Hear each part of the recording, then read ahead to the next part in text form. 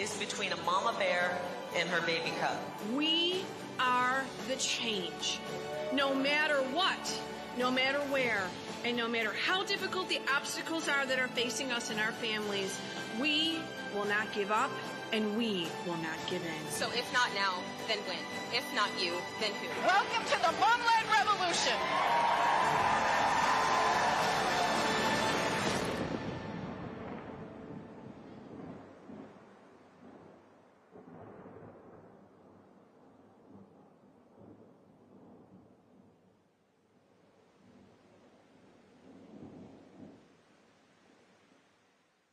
Freedom, sovereignty, prosperity. The Patriots for Europe Foundation is on a mission to make Europe great again. Globalist elites have led Europe into a dead-end street. Violent crime has surged because of mass immigration. The Green Deal has put the future of the European economy at risk. Fake NGOs and the massive bureaucracy in Brussels are interfering in our democracies. Patriots must take action. We bring analysis. We organize debates. We build the network of patriots to challenge the woke narrative head on. Patriots for Europe Foundation.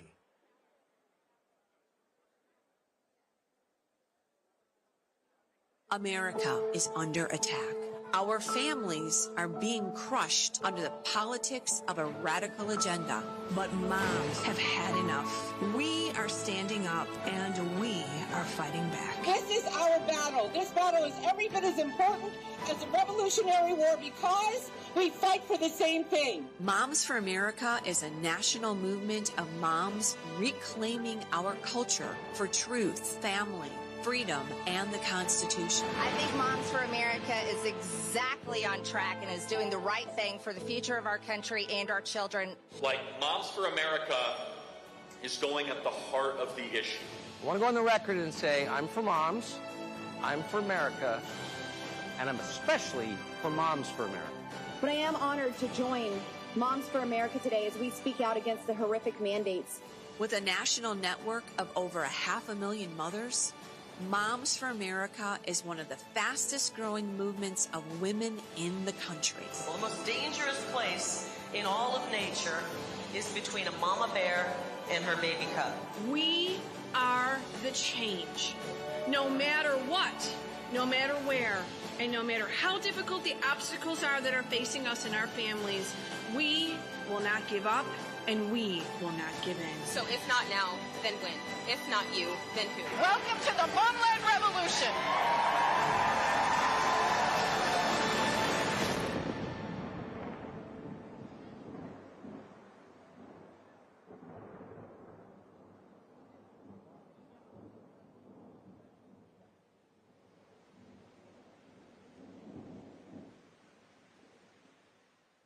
Every institution today is under attack. The home, the church, the government. And many people are asking, what is the truth? Jesus Christ claimed the ultimate truth. Are you willing to face the truth? Do you think the MKUltra project ever actually ended? The Central Intelligence Agency is actively involved in mind manipulation. We all answer to one God and one Savior, and He's there to change your life for the better. Freedom, sovereignty, prosperity. The Patriots for Europe Foundation is on a mission to make Europe great again. Globalist elites have led Europe into a dead-end street. Violent crime has surged because of mass immigration. The Green Deal has put the future of the European economy at risk. Fake NGOs and the massive bureaucracy in Brussels are interfering in our democracies. Patriots must take action. We bring analysis. We organize debates. We build the network of patriots to challenge the woke narrative head on. Patriots for Europe Foundation. Ladies and gentlemen, this is MAHA Unchained. Please welcome physician Dr. Robert Malone and Epoch Times senior editor Yanya Kellick.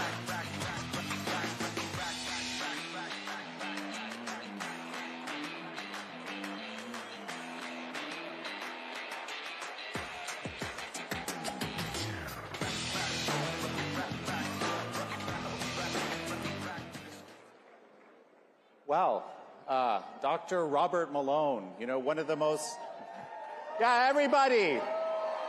Bring it up for Dr. Robert Malone.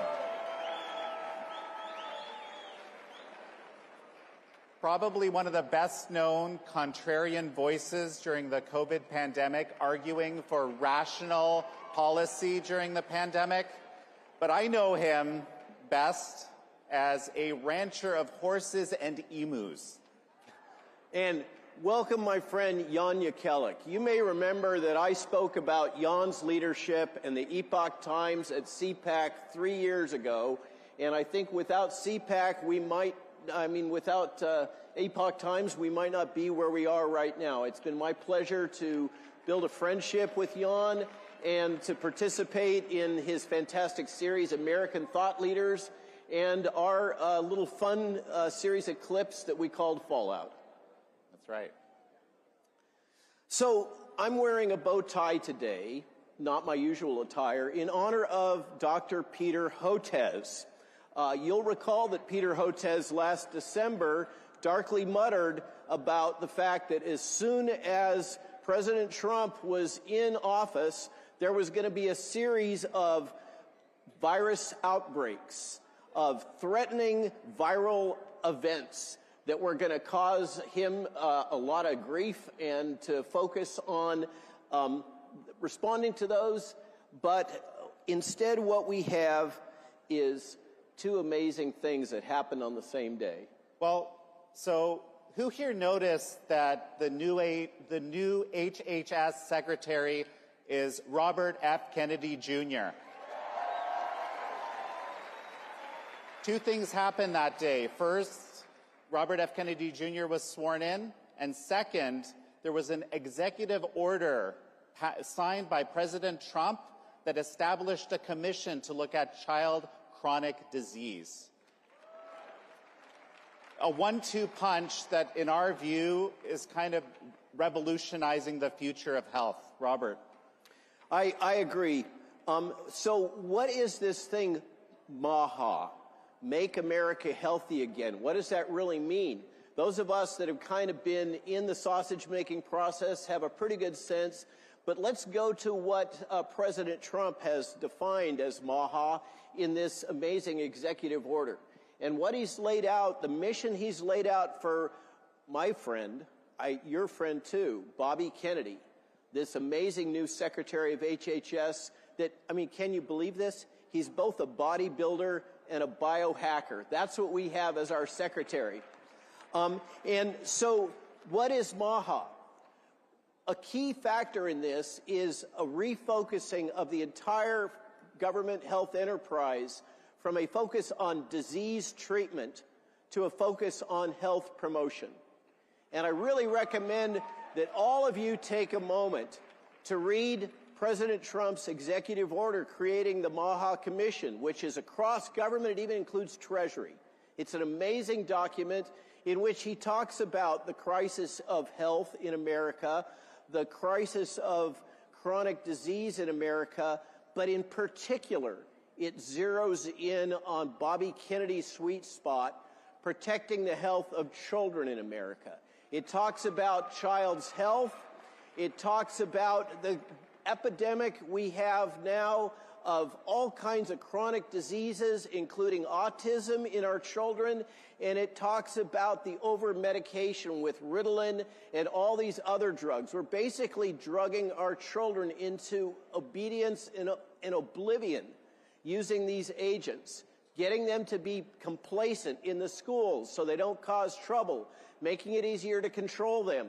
That has got to stop. And that is the mission of the Make America Healthy Again movement, is to, within 12 to 18 months, this is the president's mandate, within 12 to 18 months, Bobby Kennedy has got to show measurable improvements in public health for American citizens. Now that is a tall order. And to do that, he's got to let loose, frankly, he's got to let loose the dogs of war. He's got to let loose the whole federal bureaucracy, transform it, and take this new leadership team that he's created under Donald Trump's direction and completely radically transform CDC, FDA, NIH, work with his partners at USDA to enable the health of Americans, and particularly the health of Americans' children. So, but Bobby Kennedy, okay, Bobby Kennedy did not work alone, okay? And MAHA was actually something that existed in America already, a kind of subculture, one that I didn't even know very much about, that I discovered on American thought leaders, you know, throughout COVID. All these people that had been, you know, hit by reality in some way. Maybe they had a child that had been vaccine injured. Maybe they were poisoned by something. And millions of Americans basically were not, many of us were just simply not aware that there was this growing movement of people that were looking at root causes of health. And Bobby was kind of a central figure in this. So him coming in as the HHS secretary, I mean, this is the in terms of budget, the largest of the departments. Yes, right? Well, except for defense. But China went through a MAHA movement itself at one point in time. Isn't that right? And what happened? 100%. And so this is what dawned on us as we were preparing for this session. You know, back in the 90s in China, there was the health system had actually collapsed a little bit like what's been happening here. Okay, and these traditional methods of called Qigong, or kind of a Chinese yoga, became incredibly popular in China. The most popular was Falun Gong, and some of you will know that the founders of Epoch Times were Falun Gong practitioners. 70 to 100 million people were getting healthy. Okay, they were getting awards for getting healthy. And what did the regime do in 1999? They decided to crush this health and spiritual movement. So, I mean, this is something that totalitarians do. This is the other part that I realized. Totalitarians do not like healthy people, right? And it's a kind of a mindset. So, here we are. So, China now is not only crushing its own health promotion movement, but they're promoting bad health in the United States. Talk to us about fentanyl. Well, so, okay, how many of you noticed that we have a new FBI director? Kash Patel, of course. One of the things that Kash kept talking about as he was going through his nomination hearings, okay, he said 100,000 Americans a year are dying of CCP fentanyl, and that is going to be one of the priorities of the FBI, okay? So that is the Make America Unhealthy Again movement.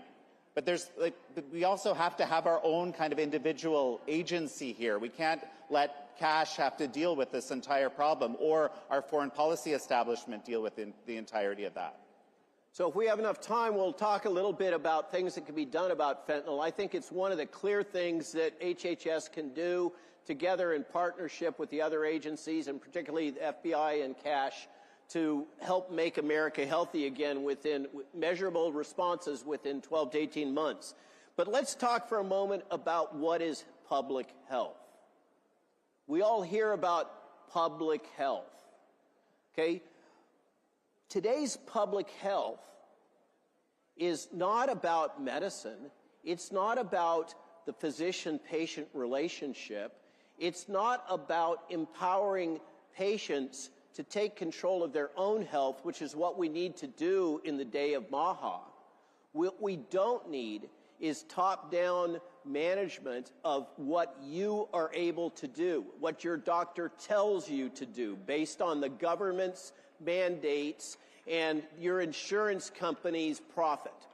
Okay, we have to get back to decentralized health under the control of you, the patient. But what do we have right now in public health? Public health is basically grounded in utilitarianism. It is functionally socialism. It is the logic of the greatest good for the greatest number. That is absolutely the centerpiece of modern public health, and it's based on big data. It's based on big data analysis of what on average is best for you, and then a top-down approach to cause you to comply with what the numbers say under close analysis is best for you. And as a consequence, public health has destroyed the practice of medicine. This is why your docs have no options. They have to treat you based on protocol because that's what public health is saying they have to do. Public health has taken over medicine. And as I say, it is focused on outcomes, optimizing outcomes, the best outcomes for all of us. What it needs to do is focus on opportunity. What we need to do is enable you to have the opportunity to choose whether or not to optimize your own health and have the information to do it. But what we don't need is public health telling us that we can't eat McDonald's hamburgers and drink Coca-Cola. What we need is the information so that you can make an informed decision about what you eat and what you do to manage your health, not to tell you and micromanage you about what your choices have to be. And the bottom line of this, and think about this, okay? Inalienable individual rights. One of the core things America is based on, a core element of freedom. This approach, this CCP, Chinese Communist Party approach, what happened during COVID? They locked down. They used the totalitarian method. They used the collective rights method. What's apparently going to be better for the greater good. But what happens when you use that collective rights approach? Every time, to paraphrase Stalin here, okay, to make an omelet, you have to break a few eggs. And it turns out to be a lot of eggs, unfortunately. So we got to get back to this approach of individual rights, individual agency, and, the Hippocratic Oath on the medical side. So there's an insidious thing that's happened. They've snuck some stuff in while Bobby was busy focused on confirmation. They've snuck in a UN Agenda 2030 item called One Health. Okay? The CDC surreptitiously agreed to the One Health policies of the World Economic Forum and the United Nations and the World Health Organization. What is One Health? Who's against One Health? Of course, we all think that animals should be healthy and the environment should be healthy, just like the Secretary was talking about with U.S. policy. But in One Health, your health is equivalent to the health of animals. Your health is equivalent to the health of a lab rat. And I had somebody post the other day, we put out an essay today about One Health and what it really means, and they said, hey, I'll be glad to sacrifice a lab rat if I can have a focus on my grandmother and improving her standard of living. In One Health, the health of animals and the health of the environment are considered equivalent to the health of humans, and this has now been slipped in, this policy that's right up there with the Green New Deal, while the new administration was distracted. Something that was in progress for 2-3 years under the Biden administration, they managed to sneak in. They managed to sneak in the new director of pandemic preparedness, a veterinarian who is the associate dean of One Health at Texas A&M, before Bobby even had a chance to sit in the chair. And this is what Bobby really needs your help with. This is what MAHA needs your help with, is he is going to be up against an entrenched bureaucracy that is going to fight him tooth and nail every step of the way. And the only way that we're going to be able to get sustainable change is we have to have all of us, the citizens of the United States, saying, we support you, we support a focus on health in Americans, and we are not okay with this globalist agenda of One Health, and we are not okay with the bureaucracy sneaking stuff in behind his back. Now, we only have a little bit of time left, but let's talk a little bit about bird flu. Well, so how many have noticed egg prices have gone through the roof? How many? Okay, front page of the Epoch Times, okay, the national edition, you should check it out. It's unbelievable, right? But what is the reason? You might think, looking at mainstream media headlines, that it's because bird flu has killed 55 million birds. No, people have killed 55 million birds in an attempt to stop the bird flu, but that's not necessarily the only way to do it. So bird flu has been around for years. I think this is our 4th episode of fear, of promoted fear about bird flu. And it never materializes. It never transfers into humans so far. Let's hope that continues to be the case. But now, even according to the CDC, bird flu is not a major risk for humans. It doesn't transmit from human to human. It's not putting people in the hospital, and they're not dying at any kind of a rate. Bird flu needs to be controlled, but the policies of the USDA, which now have cost you $1.2 billion, and that's direct costs, for the USDA to compensate farmers that have had to kill their flocks. And it's not working. That is the old school way to control outbreaks. But bird flu is in all the birds. It's in migratory waterfowl. We cannot eradicate bird flu. So we got to think of something different instead of this, give a 3-year-old a hammer and everything becomes a nail. That is what USDA bureaucrats keep applying. I argue that instead of vaccinating chickens with a Zoetis mismatched leaky bird flu vaccine, heard anything like that before? Say COVID, okay, which will drive the evolution of more vaccine-resistant bird flu strains. We need to rethink this whole strategy. And what I advocate, and I can tell you, I hear rumor that this is being actively considered in the administration right now, and we may hear some announcements about this, is there's going to be a rethinking of how we approach this. And personally, I like the idea that we let loose the chicken industry to breed flu-resistant chickens and turkeys and ducks, rather than trying to jab them all with crummy vaccines or kill them all because they get infected. That's just one example of what can happen if MAHA is unchained. Well, and everyone, I think we've run out of time here. The bottom line is, let's focus on root causes of health. Keep that in your mind. This is what MAHA is all about, and let's make America healthy again. Thank you, everybody.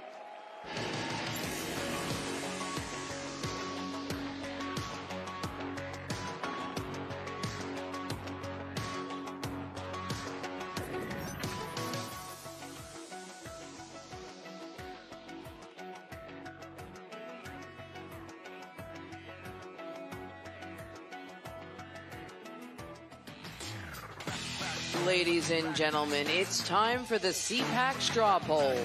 Please welcome CPAC Chairman Matt Schlapp, and from McLaughlin and Associates, Jim McLaughlin.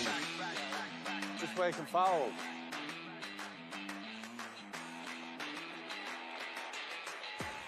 They gave the chair. Huh? That's theirs.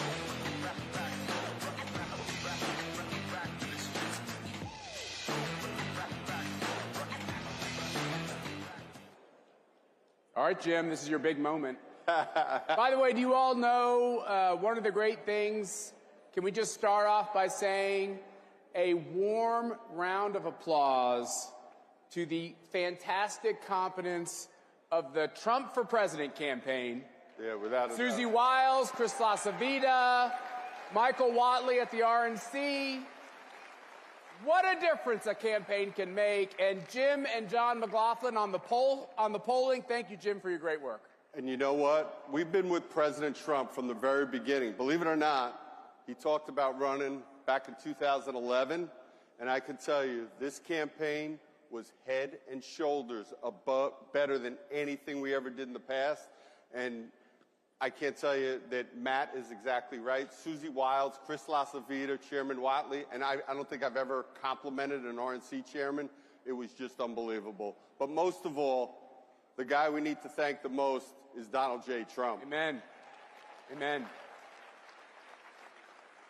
And when you have, as we said on this stage, when you have competence at the campaign and at the national committee, it makes it easier for the outside groups like CPAC to figure out their lanes, and I think we were able to do that effectively as well. So thank you all for your great support. We saved our country.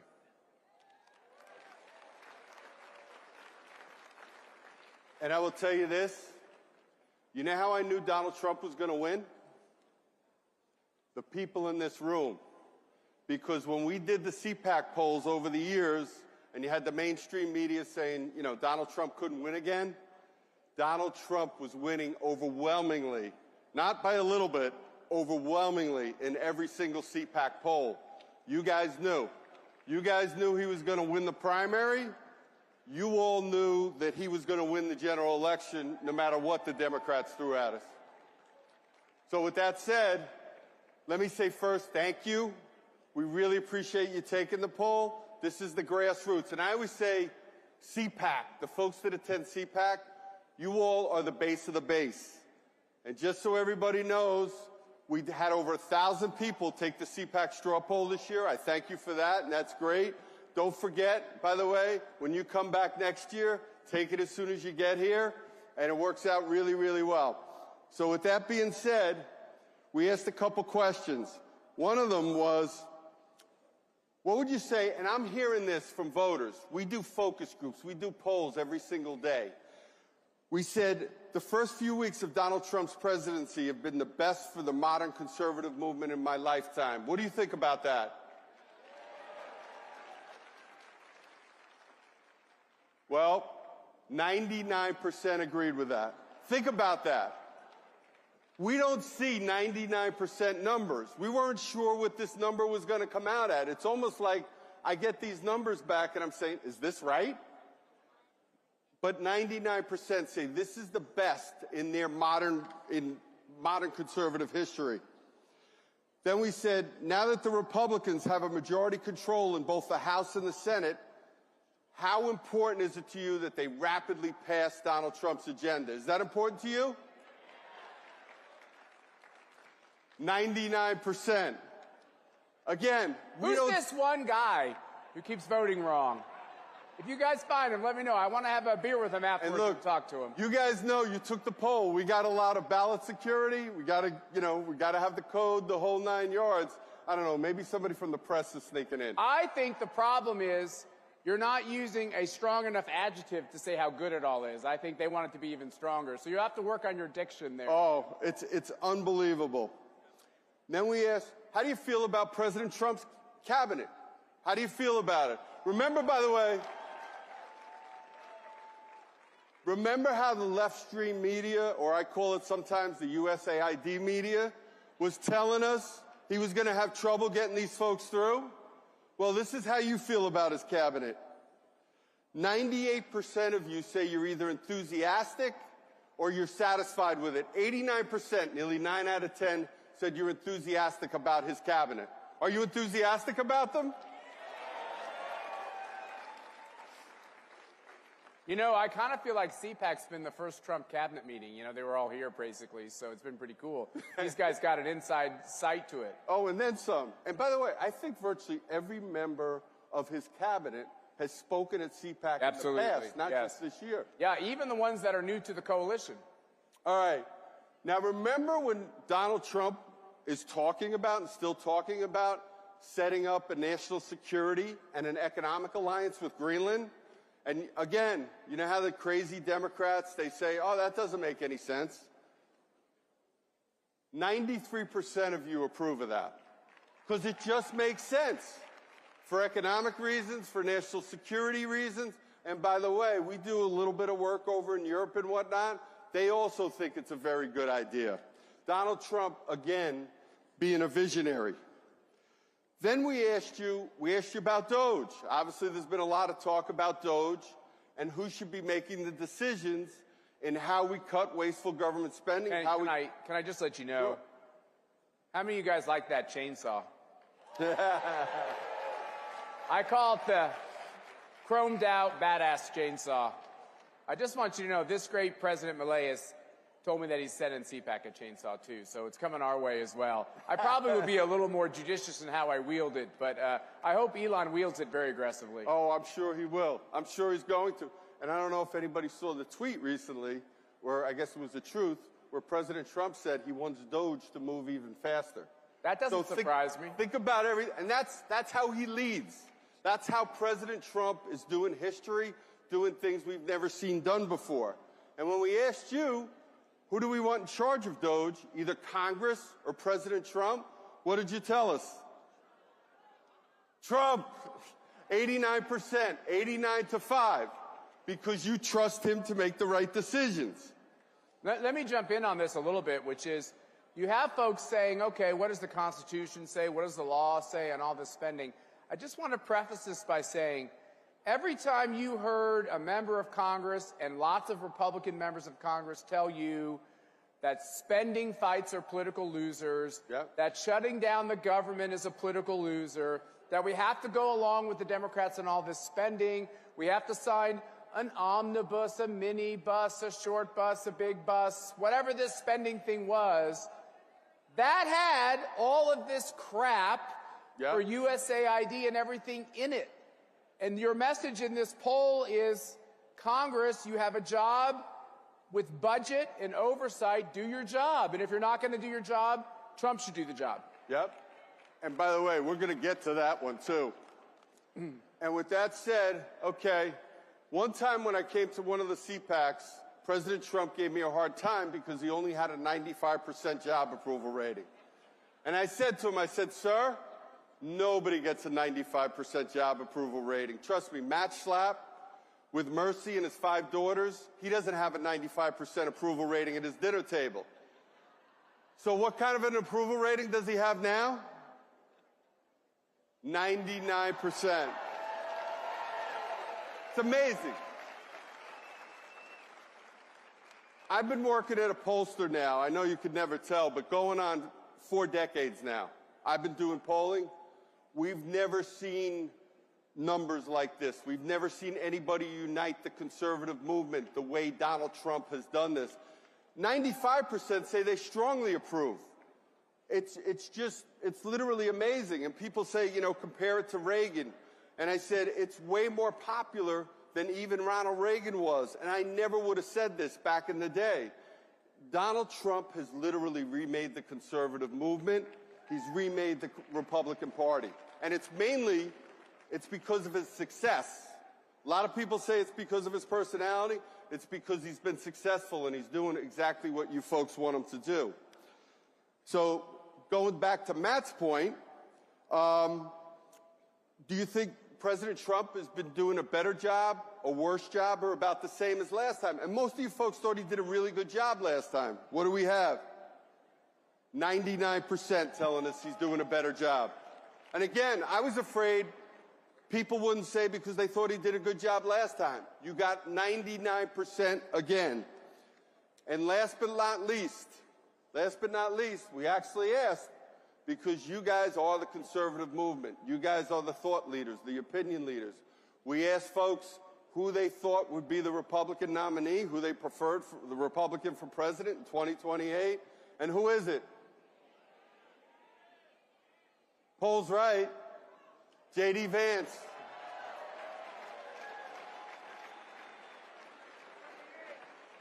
And why? Because he's viewed as the closest thing to Donald Trump. So, and that's exactly why. So I just want to say thank you. We couldn't have won the electoral victory, the decisive electoral victory we had for President Trump, the House and the Senate. It all started with people like you in this room. Thank you. Thank you, Jim, for your excellent work. He's a great board member. Give it up for Jim McLaughlin. And in absentia, your brother John, too, who we also love. Thanks, Jim. Thank you. All right, we're going to have a big guest coming up here very soon. The room is packed. I'm expecting to look at X any moment, and a member of the media or of that weird Never Trump group that's meeting across town, they're going to show a picture of an empty room.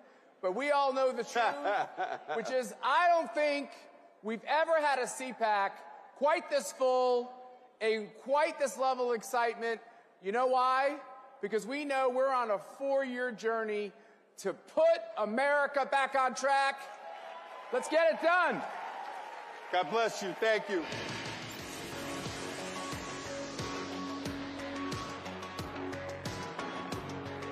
Spicer.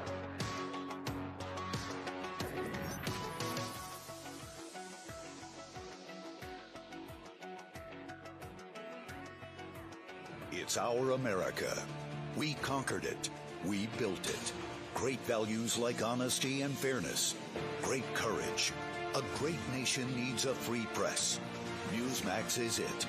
30 million Americans regularly go to Newsmax when they really need to know.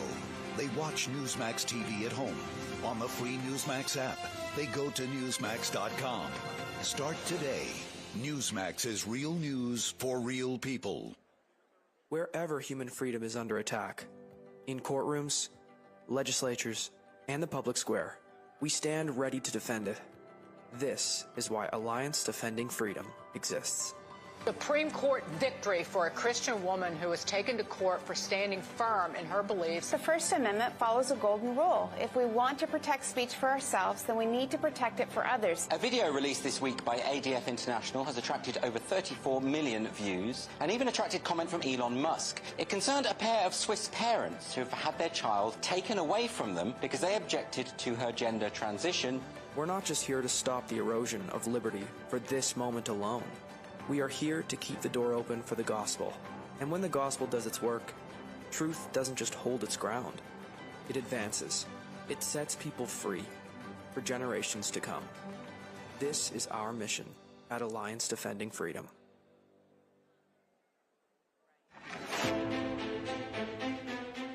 Dr. Stanley Goldfarb, a former associate dean at UPenn's Medical School and chairman of the Do No Harm group, supports a new bill unveiled today by a group of House Republicans. EI is dangerous everywhere, but it's most dangerous in medical school. I was fast-tracked onto puberty blockers and then testosterone. I had a double mastectomy at 15. We need to stop telling 12-year-olds that they were born wrong. Every institution today is under attack. The home, the church, the government. And many people are asking, what is the truth? Jesus Christ claimed to be ultimate truth. Are you willing to face the truth? Do you think the MK Ultra project ever actually ended? The Central Intelligence Agency is actively involved in mind manipulation. We all answer to one God and one Savior, and He's there to change your life for the better.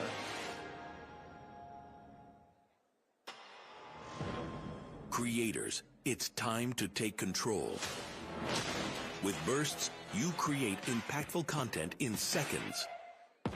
Powered by blockchain, your content and earnings are protected, transparent, and yours to control. Play TV isn't just a platform. It's a community of creators building a new future together. Your freedom starts when you press play. We thank you for attending CPAC this year. America is back, and you're part of this incredible movement. We appreciate you all. You all are part of our CPAC family. God bless you. Newsmax has been terrific. President Trump is right. Millions are switching to Newsmax. It's the fastest growing streaming service in America. You don't need those woke streaming services anymore. Just get Newsmax Plus. Watch the best shows like Greg Kelly, Rob Schmidt, Greta Van Susteren, and Rob Finnerty. Greg Kelly over at Newsmax. The Newsmax people have been really terrific. Gain access to exclusive documentaries, series, and special briefings. It's free to start. So go to NewsmaxPlus.com now to sign up and watch Newsmax anytime, anywhere.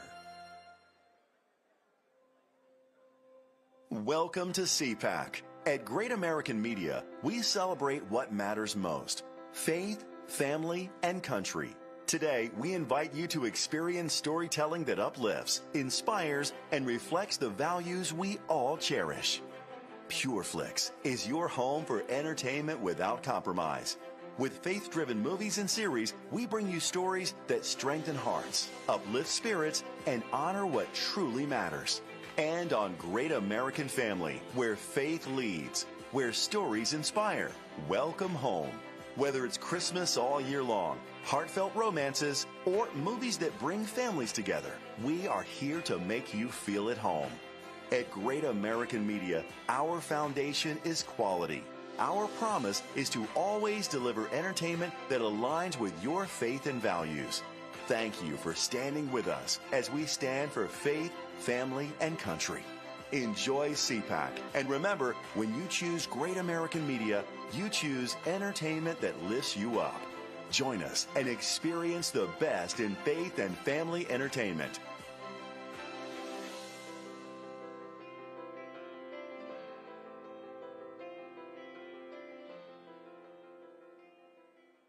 In 2025, we find ourselves in a pivotal moment where the call for unity, freedom, and a better future echoes louder than ever. For more than 10 years, Patriot Mobile has been committed to supporting the values that make our nation great.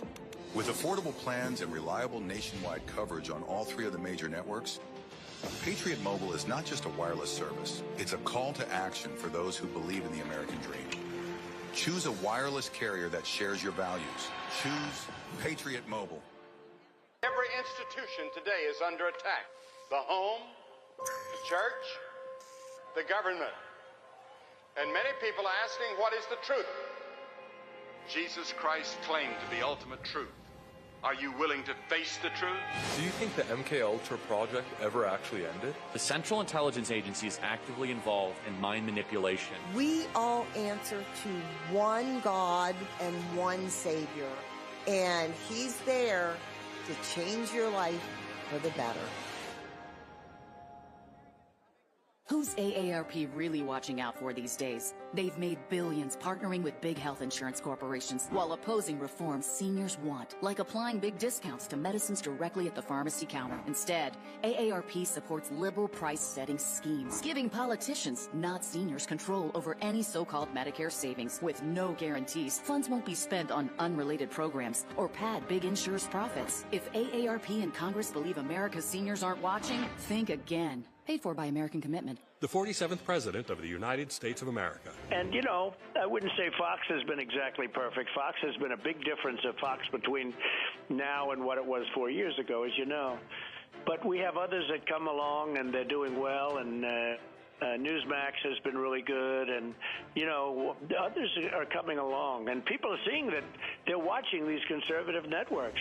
President Trump is right. That's why millions of Americans are tuning into Newsmax for the real news they can trust. Every institution today is under attack.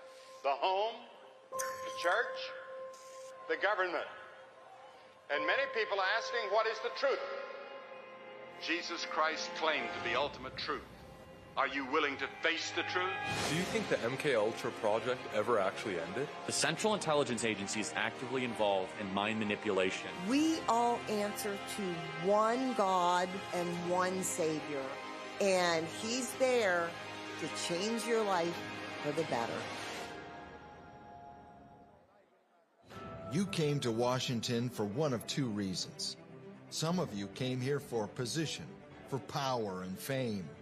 You came for you. But if you came to change this town, we came to be sandpaper to a culture that despises truth. Are you one of the few willing to stand in the gap for our nation? If so, come join us as we make America's national motto our personal declaration.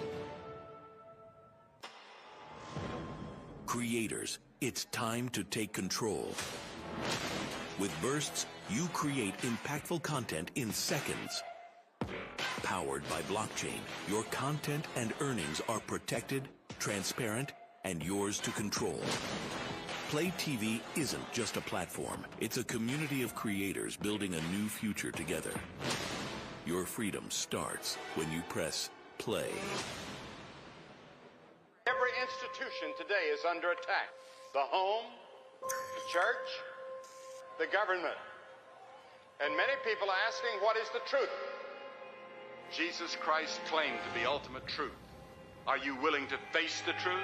Do you think the MK Ultra project ever actually ended? The Central Intelligence Agency is actively involved in mind manipulation. We all answer to one God and one Savior, and He's there to change your life for the better. The 47th President of the United States of America. And, you know, I wouldn't say Fox has been exactly perfect. Fox has been a big difference of Fox between now and what it was 4 years ago, as you know. But we have others that come along, and they're doing well, and Newsmax has been really good, and others are coming along, and people are seeing that they're watching these conservative networks. President Trump is right. That's why millions of Americans are tuning into Newsmax for the real news they can trust.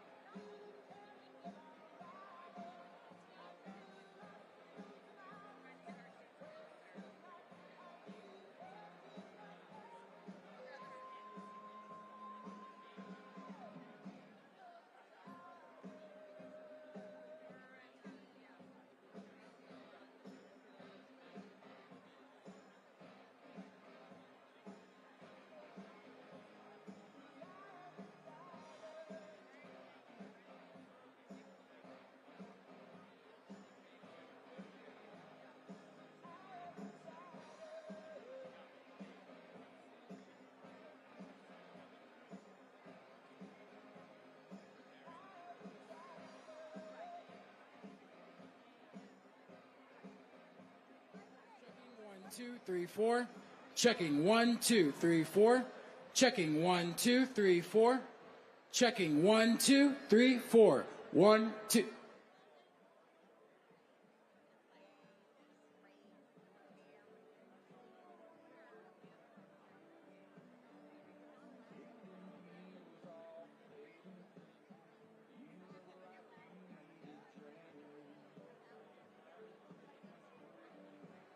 Checking 1, 2, 3, 4. 1, 2. Check, check. 1, 2, 3, 4. Check, check, check, check. 1, 2, 1, 2, 1, 2. Hey, hey, hey.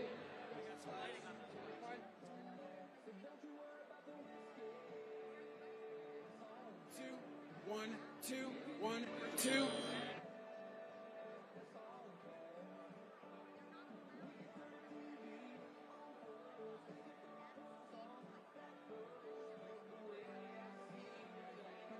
2, 1, 2, 3, 4. Checking 1, 2, 3, 4. Checking. Checking 1, 2, 3, 4. He didn't put it inside.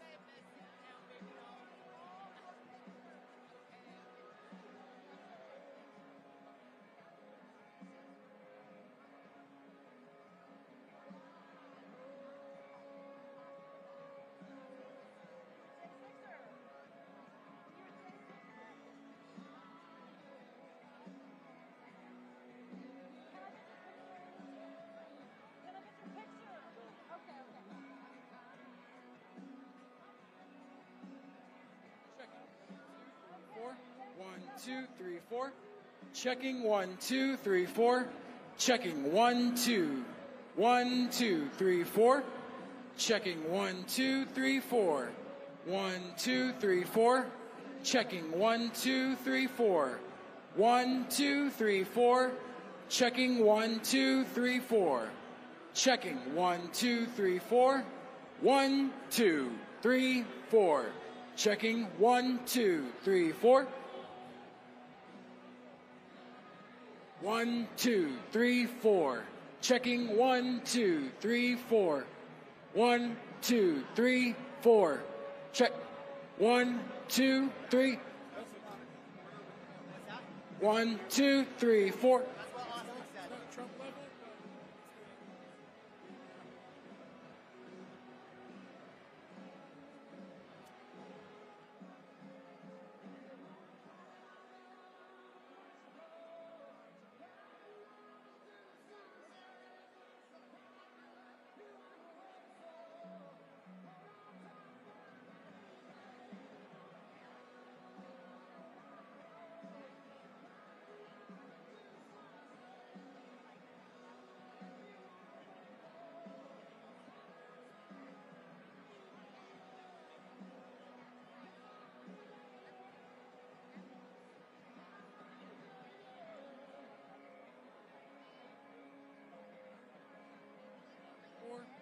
Checking 1, 2, 3, 4.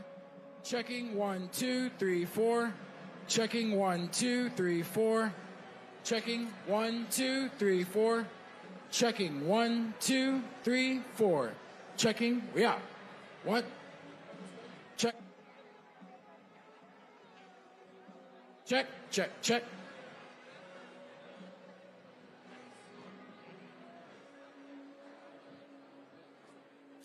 Check 1, 2.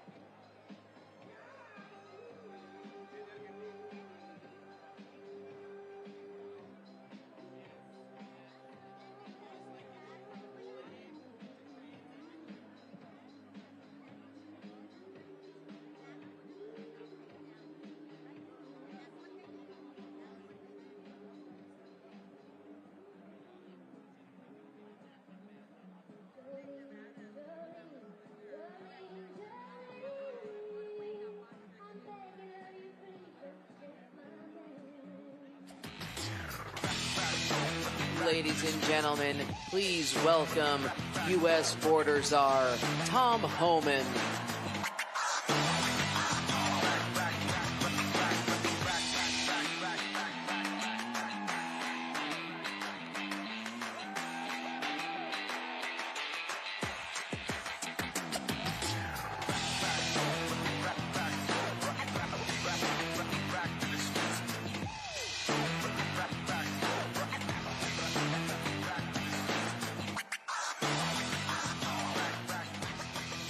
How you doing?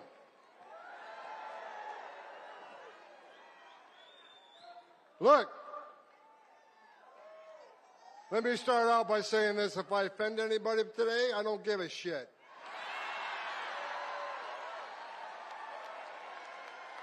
Don't care. The media in the back room, I'm sure I'll be reading a lot of hit pieces on me tomorrow. I don't give a shit what you think about me.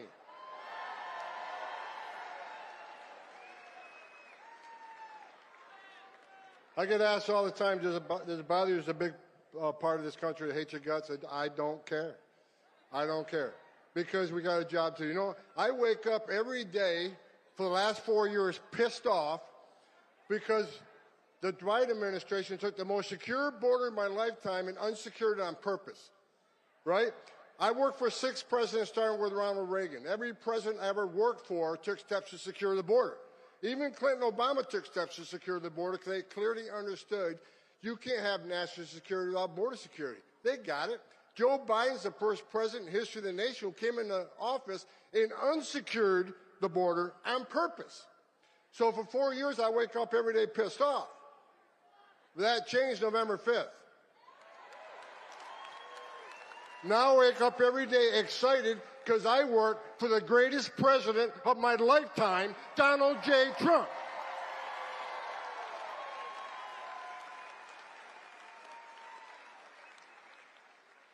For 4 years, we had over 10.5 million illegal aliens at our border. They released nearly 8 million into the country illegally. We had a 600% increase in sex trafficking of women and children. We had a record number of known suspected terrorists and people on the terrorist watch list crossing the border. Under Trump, we had 14 in 4 years. Under Joe Biden, just shy of 400. Think about that for a moment. What Joe Biden did to our border was create the most significant public safety and national security vulnerability in this nation's history. But guess what? We got one badass president now who's going to come in and is going to take care of this border.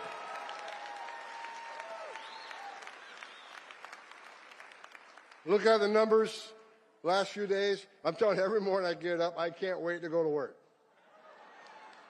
Because I know that I have a president who's going to open up every avenue of law enforcement to this great nation. In under 4 weeks, we have illegal crossings on the border down 95%.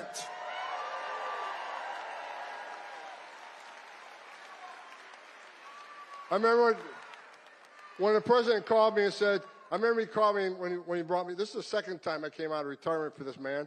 So he called me, I was the first guy he called, and he says, okay, this is how the phone call went. I picked up I see POTUS on my cell phone, so I know it was Trump. He says, all right, Tom, you've been bitching about 4 years. You want to come fix it? And I didn't hesitate. I said, I'll come back and I'll do it for free. I'm so pissed off. You don't have to pay me.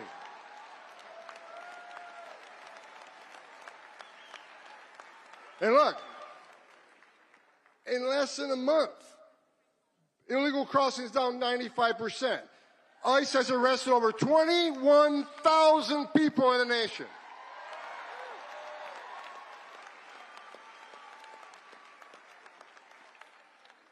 Gotaways. Under President Biden, the gotaways, 2.2 million people crossed the border, weren't arrested because the Border Patrol was too busy making sandwiches, changing diapers, making baby formula, making hospital runs, dealing with humanitarian crisis.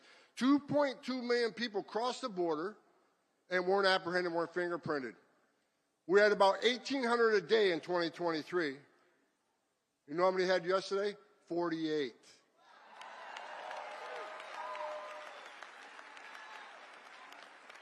You're talking about 2,000 miles of border and only 48 people escaped, but that's 48 too many. I'm not going to be happy if that number is 0.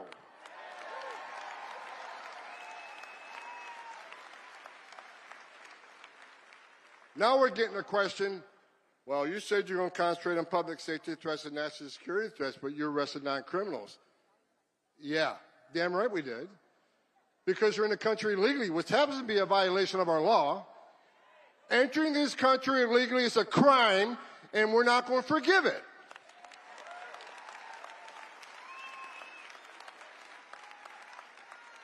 Into sanctuary cities, game on, because Pam Bondi's back into place. And Kash Patel is back running the FBI.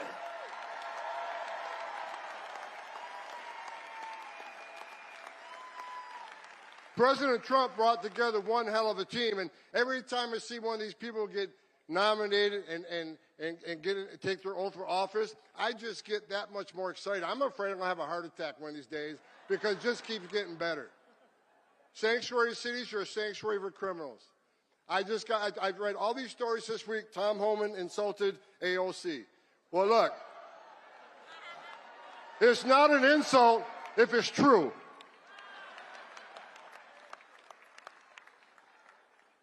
She says Homan has no game, he has nothing on me. Look, you can claim you're educating people according to their constitutional rights. I think she's a long ways away from being a constitutional scholar myself. Bottom line is, we know what the game is. You can claim you're educating people to their rights, but we know what the end game is. Try to tell people how to invade law enforcement. And we're talking about people who enter the country illegally, which is a crime, committed a violent act against a U.S. citizen, were ordered removed by a judge. We got members of Congress saying it's okay to educate them how to invade law enforcement. Look, we're not making this shit up. We're enforcing the laws enacted by Congress, and we're not going to apologize for it. Not under this administration.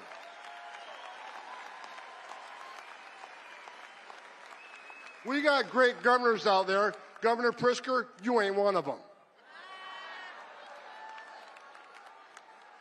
I met with Governor DeSantis yesterday. You know what he's done? He's passed one of the strongest state immigration laws in this nation. Do you know it's a crime in the state of Florida? It is a crime to enter the country illegally. He made his own state law. He has passed a law that he will fire any mayor or sheriff that doesn't help ICE enforce immigration law.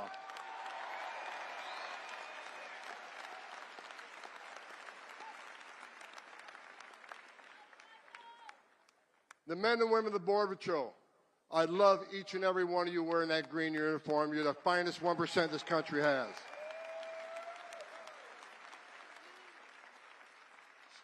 So look, we're attacking the interior enforcement.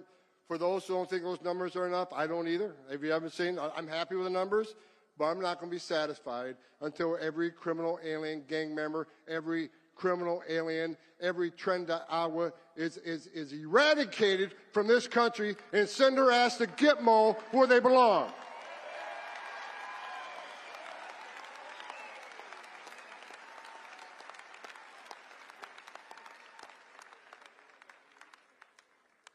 Damn, I love my job.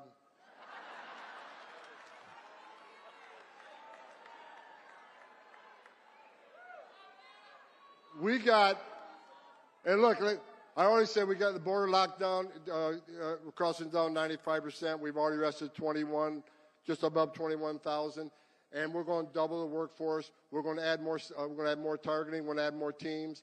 God bless the men and women of ICE.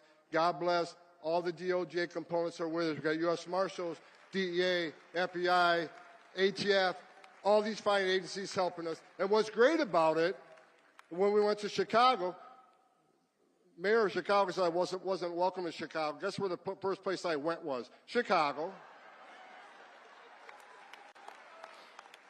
But having DEA and FBI there and ATF was great. We found an illegal alien with a gun. ATF does a criminal charge. We found an illegal alien with drugs. We prosecuted that crime. So we're prosecuting these people before we deport them, and that's exactly what we should be doing.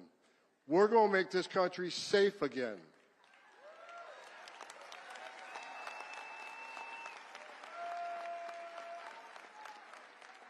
The third rail, when President Trump told me, he said, Holman, secure the border, run the biggest deportation operation this country's ever seen, and find over 300,000 missing children that were sex trafficked or forced labor trafficking in this country. And we're looking for them. And we're going to save children.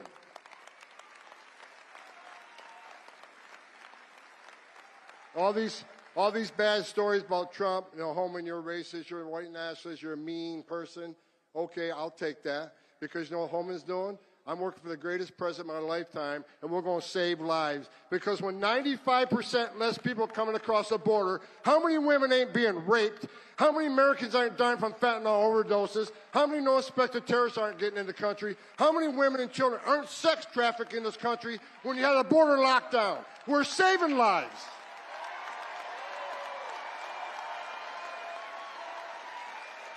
That's right. Stand up. President Trump's getting ready to come on stage.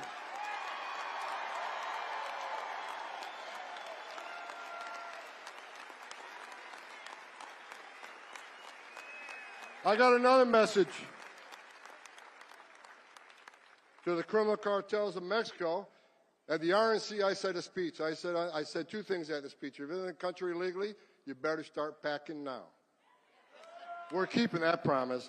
The other thing I said on stage at the RNC, that President Trump is going to designate the criminal cartels of Mexico as a terrorist organization. He's going to wipe you off the face of the earth.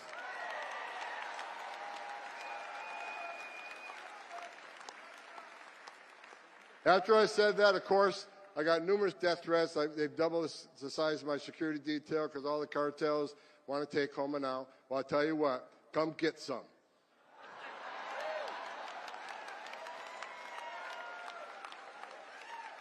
You have killed more Americans than every terrorist organization in the world combined. You are now a terrorist organization. So word out to anybody that assists them, anybody that sells their drugs on the street, anybody that assists these cartels in any way, you are helping a terrorist organization, and the weight of the world's coming down on you.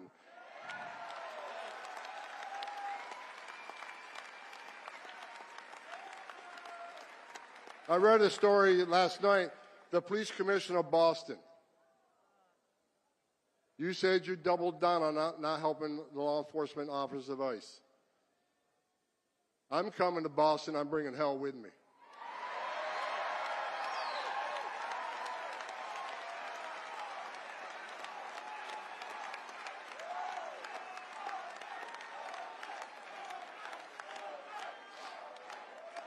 I looked at the numbers this morning. I stopped counting at 9. Nine child rapists that were in jail in Massachusetts, but rather than honoring an ICE detainer, released them back into the street. You're not a police commissioner. Take that badge off your chest, put it in the desk drawer. Because you became a politician, you forgot what it's like to be a cop.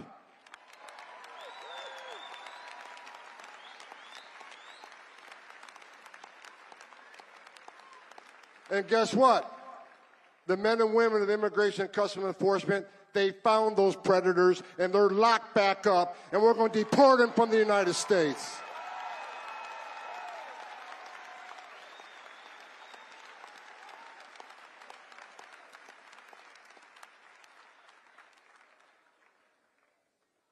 To the men and women of ICE, the agency I used to run, you know, I was the first ICE director that actually came up through the ranks. For the 20,000 men and women that work for me, I never asked them to do anything I didn't do myself. What I've done recently, I brought a bunch of badass old school boys back. I got a guy named Mark Hall. Mark Hall went through the Border Patrol Academy in 1984. I said, Mark, you ready to come back and make a difference? He dropped everything he did to come back. I'm bringing a bunch of old school people back to show the young folk how we did it and how we're going to do it.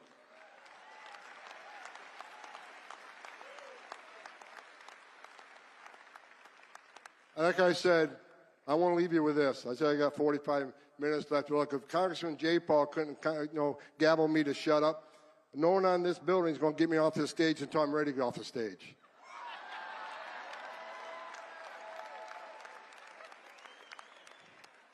Now they turned the time red. I guess that's a warning.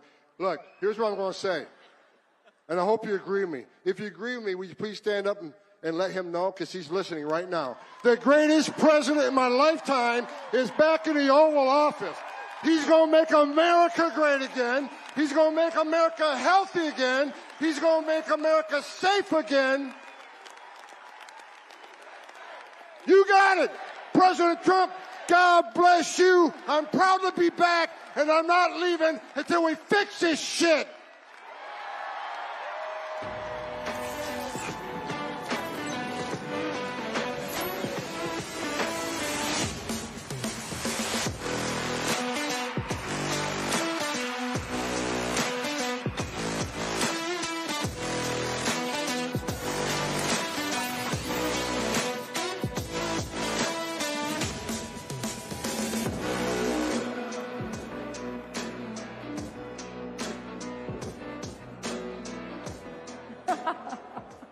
All right, you ready? We've had 10 years of this, sweetheart. And it's only getting bigger. Only getting beautifully bigger every year. Bigger and better. So, our next speaker has appeared before you twice. She is, you're close, she is leading the charge with a few other great patriots, sovereigntists, to try to put Europe back on track. Our European friends, many of them are sitting right here, Santiago and others, Eduardo from South America, others know that the first step in getting Europe back on track, was America re-electing Donald Trump. And my beautiful wife has the honor of introducing someone she knows is a real hero to all of us. Ladies and gentlemen, coming live from Italy, the Prime Minister, Giorgia Meloni. Thank you, Matt. Thank you, Mercy. And good morning, CPAC. How are you? Thank you very much for this opportunity to greet you, your guests, and above all, the incredible people of CPAC. You know how much I value this gathering. And I couldn't miss this edition, even if only from afar. And today, I address you with the pride of representing as Prime Minister an extraordinary nation that is Italy. A nation with a deep, unbreakable bond with the United States. And this bond is forged by history and shared principles. And it is embodied by the countless Americans of Italian descent who for generations have contributed to America's prosperity. So to them, allow me to say thank you. Thank you for being exceptional ambassadors for Italian passion, creativity, and genius. To this incredible nation, Italy, I dedicate my full energy. Our government is tirelessly working to restore Italy's rightful place on the international stage. We are reforming, modernizing, and reclaiming our role as a global leader. We aim to build an Italy that once again amazes the world. Let me tell you, we're proving it. The mainstream propaganda machine predicted that a conservative government would have isolated Italy, deleting it from the map of the world, driving away investors, and suppressing fundamental freedoms. They were wrong. Their storytelling was fake. The reality is that Italy is thriving. Employment is at a record high, our economy is growing, our fiscal policy is back on track, and the flow of illegal migration has decreased by 60% in the last year. And most importantly, we are expanding freedom in every aspect of Italians' lives. Why? Because we conservatives do what we say. We do what is right. We fight for what we believe in. And moreover, we trust people, not fear them. Unlike the globalist elites who believe the government should educate the people, forcing them to accept policies they never asked for, we believe in democracy. We serve the people. We do not rule over them. CPAC understood this fight. CPAC understood this fight. And again, I want to thank you for that. You have never given up, even in the toughest moments. You have fought for a new victory. You have built a global network that has given a voice to millions who were silenced. so that conservatives everywhere would know they are not alone. And we are not alone, right? CPAC understood before many others that the political and cultural battle for conservative values is not just an American battle. It is a Western battle. Because, my friends, I still believe in the West. Not just as a geographical space, but as a civilization born from the fusion of Greek philosophy, Roman law, and Christian values. A civilization built and defended over centuries through the genius, energy, and sacrifices of many. When we say West, we define a way of understanding the world where the individual is central, life is sacred, all men are born equal and free, the law applies equally to all, sovereignty belongs to people, and freedom comes before everything else. This is our heritage, and we will never apologize for it. My question for you is, can this civilization still defend the principles and values that define it? Can it still be proud of itself and aware of its role? I think so.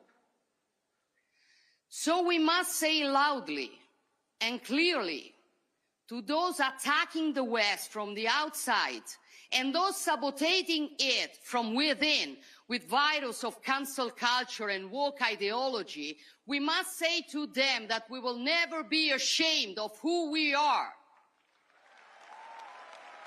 We affirm our identity. We affirm our identity and work to strengthen it, because without a deep-rooted identity, we cannot be great again. The radical left wants to erase our history, undermine our identity, divide us by nationality, by gender, by ideology, but we will not be divided, because we are strong only when we are together. And if the West cannot exist without America, or rather the Americas, thinking of the many patriots fighting for freedom in Central and South America, then it also cannot exist without Europe. Our adversaries hope that President Trump will move away from us. But knowing him as a strong and effective leader, I bet that those who hope for divisions will be proven wrong. I know some of you may see Europe as a distant or even lost. I tell you, it is not. Yes, mistakes have been made, priorities have been misplaced, especially due to ruling classes and mainstream media that imported and replicated in the whole continent the most reckless theories of American liberal leftism. These are the same elites who were recently outraged by J.D. Vance's speech in Munich, in which the Vice President rightly stated that before discussing security, we must know what we are defending. He wasn't talking about tariffs or trade balances on which we will each defend our interests while preserving our friendship. We don't need to say how interconnected our economies are and how the unpredictable results of a trade clash would play into the hands of other great powers. Vice President Vance was discussing something deeper: identity, democracy, freedom of speech. In short, Europe's historic role and mission. Many pretended to be outraged, calling for European pride against an American daring to lecture us. But let me tell you, as someone who is proud to be European, first, if those who were outraged had shown the same pride, when Europe lost its strategic autonomy, tying its economy to autocratic regimes, or when European borders and our way of life were threatened by mass illegal migration, now we would live in a stronger Europe. Second,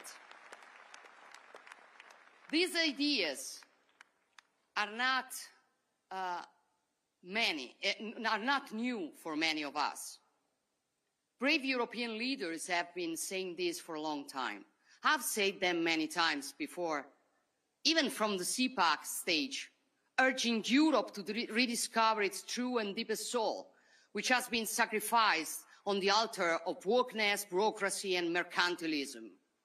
These are common sense ideas, now shared by a majority of European citizens, as election results have shown. So Europe is far from lost. And it will never be lost as long as conservatives remain in the fight. There is a growing awareness. There is a growing awareness in Europe that security is now the top priority. You cannot defend your freedom if you lack the means or the courage to do so. Throughout history, Europeans and Americans have shown they are hearers to Pericles' words. Happiness depends on freedom, and freedom depends on courage. We proved this when we stopped invasions, won our independences, and overthrew dictators. And we have done it together the last 3 years in Ukraine, where a proud people fight for their freedom against the brutal aggression. And we must continue today, working together for a just and lasting peace, a peace that can only be built with the contribution of all, but above all, with strong leaderships. And I know that with Donald Trump leading the United States, we will never again see the disaster we saw in Afghanistan 4 years ago. So, border security, energy security, economic security, food security, defense and national security. For a simple reason, if you are not secure, you are not free. And when freedom is at risk, the only thing that you can do is to put it in the wiser hands. That is why conservatives keep on growing and are becoming more and more influential in European politics. And that is why the left is nervous. And with Trump's victory, their irritation has turned into hysteria. Not only because conservatives are winning, but because conservatives are now collaborating globally. When Bill Clinton and Tony Blair created the global leftist liberal network in the 90s, they were called statesmen.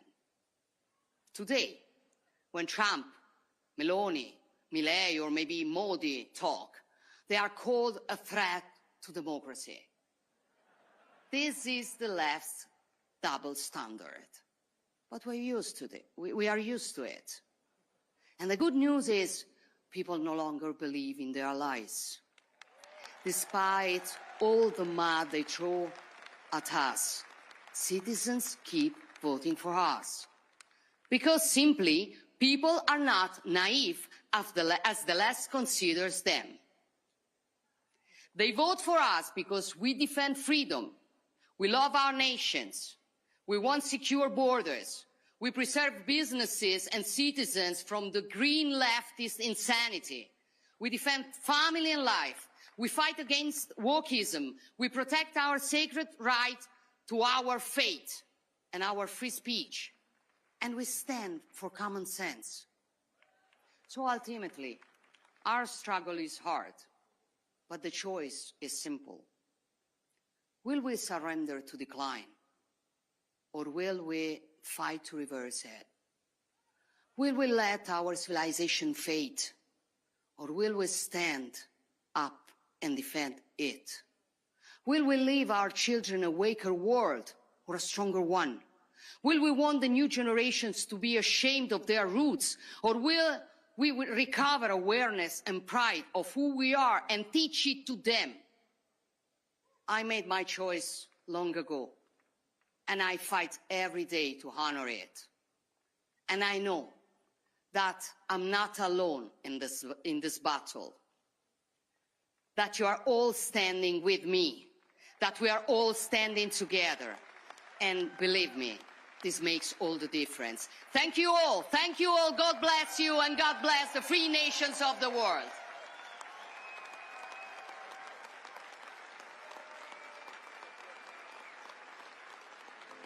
My name is Elise Stefanik. I'm proud to say I was born and raised in upstate New York. I've seen firsthand how insiders in Washington have forgotten to fight for average small businesses like ours on Main Street. I want to change that because we deserve results.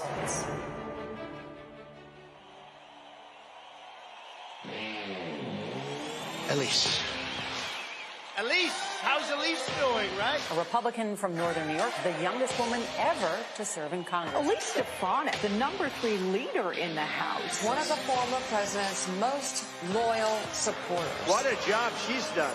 Thank you, Elise. Thank God there are people out there like Elise Stefanik who doesn't just moan about things on Twitter. Representing Fort Drum in upstate New York, Stefanik is a member of the House Intelligence and Armed Services Committee. I rise today in strong support of the conference report for the National Defense Authorization Act. Stefanik won her swing district by 22 points and last year was re-elected by 35 points. Everyone knows upstate New York and the North Country is Elise country. Congresswoman Elise Stefanik securing a 4th term in office, winning by nearly double over her Democratic challenger. Elise Stefanik, a name becoming more nationally recognized. She is a superstar. Congresswoman who Adam Schiff could not silence. This is the 5th time you have interrupted members of Congress, newly elected members of Congress. Did I not realize when she opens that mouth, you were killing them, Elise? You were killing them. House GOP Conference Chair Elise Stefanik is announcing a probe aimed at holding school administrators accountable. I'm going to give you one more opportunity. Does calling for the genocide of Jews violate Penn's code of conduct when it comes to bullying and harassment? Yes or no? I watched her run over the head of Harvard, the head of Penn, the great old Wharton School of Finance. With 69 days to go, Donald Trump tapped New York Congresswoman Elise Stefanik to be U.S. Ambassador to the United Nations. It has never been more critical for the United States to lead with strength and moral clarity. I share President Trump's vision of a UN reformed by strong America first, peace through strength, and a return to this founding mission of promoting peace and security around the world. In closing, I will forever be grateful to my constituents in New York's 21st District. 10 years ago, upstate and North Country voters took a chance on a young, first-time, unknown candidate, and I commit to the American people that I will work my very hardest in the coming years to lead with moral clarity and American values. Whether it's standing up for election integrity, whether it's defeating Liz Cheney to unify the Republican Party. I'll always be your friend. Are we ready to make America great again?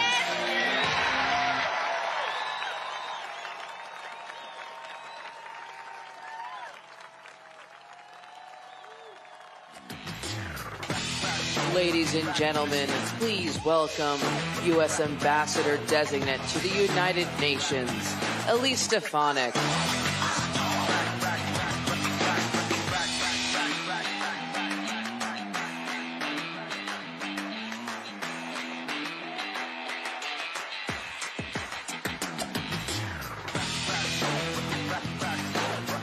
Hello, America First Patriots. Are you excited to be here? It is so great to be back at CPAC with the Republican trifecta, a Republican House, a Republican Senate, and of course, President Donald J. Trump in the White House. Now, we know none of this would have been possible without you, the American people. So I want to thank you for years of hard work, sacrifice, and dedication to fire Joe Biden, elect President Trump to save America. And believe me, we know, and in fact, no one knows this better than President Trump and his entire family, that this election was not easy. The left and their loyal stenographers in the mainstream media stooped to new and disgraceful lows. They tried everything: vicious smears, unprecedented attacks on his family, unconstitutional impeachments, and illegal lawfare by a weaponized and corrupt justice system. President Trump even faced an assassination attempt in Butler, Pennsylvania. But by the grace of God, he prevailed, and we are here today. Americans know that God was truly watching over America and President Trump on that fateful day. We will always remember that day in Pennsylvania, just like we will always remember November 5th, 2024, the once-in-a-lifetime victory of the most important election in history.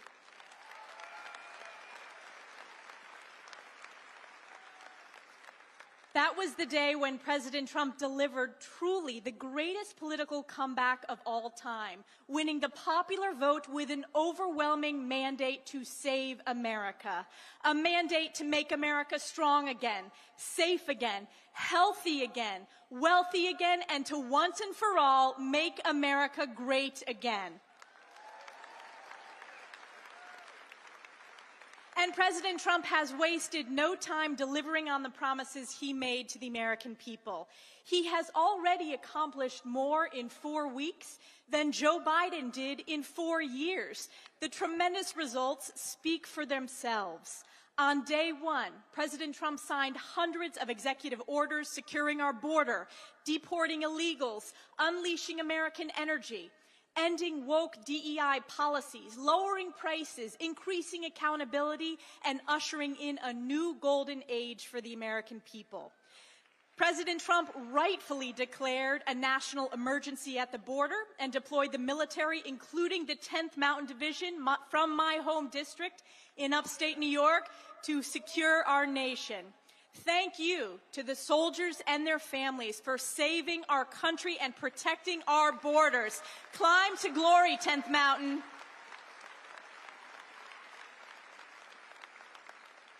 President Trump also signed into law the Laken-Riley Act, the first bill passed by our House Republican majority in Congress. President Trump has ended catch and release, restored Remain in Mexico, restarted building the wall, and rightfully declared cartels as foreign terrorist organizations. President Trump is not only securing our nation, he is rebuilding the broken and failed Biden economy of inflation, malaise, and weakness. President Trump is putting America first by demanding fair and reciprocal trade, unleashing American energy independence, cutting regulations, and demanding the government work for we the people as President Trump doges wasteful un-American spending. And this is because President Trump knows that a strong, safe, and prosperous America at home is a strong America abroad. Our economic security, our border security, our energy security is also our national security. And the world is watching as President Trump reasserts his America First, peace through strength foreign policy. And I'm so honored to have been nominated by President Trump to serve in his cabinet as the United States Ambassador to the United Nations as a part of this national security team.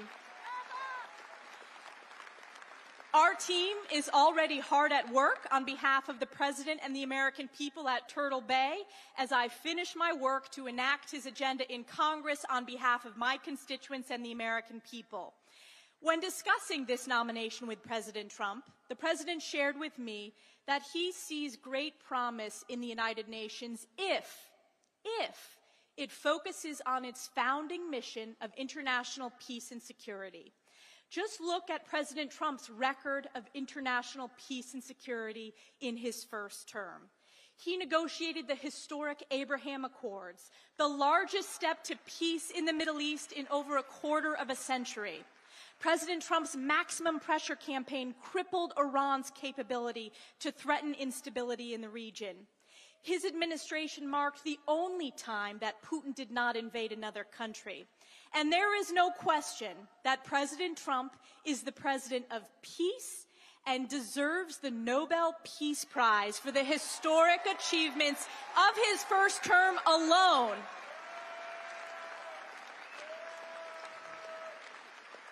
And now look at what President Trump has already accomplished in just 1 month. He secured the release of 6 American hostages in Venezuela, 2 Americans in Afghanistan, an American-Israeli citizen held in Hamas captivity, a Pennsylvania teacher in Russia, and an American citizen in Belarus. The world knows that it is only because of President Trump that the innocent hostages viciously taken by Hamas terrorists are finally coming home, including those today.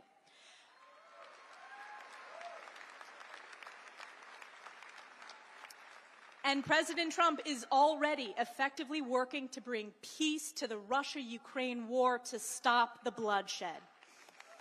He's restored maximum pressure on Iran and redesignated the Houthis as a foreign terrorist organization. And the world is watching as every head of state is clamoring to meet with President Trump because the world knows America First is back.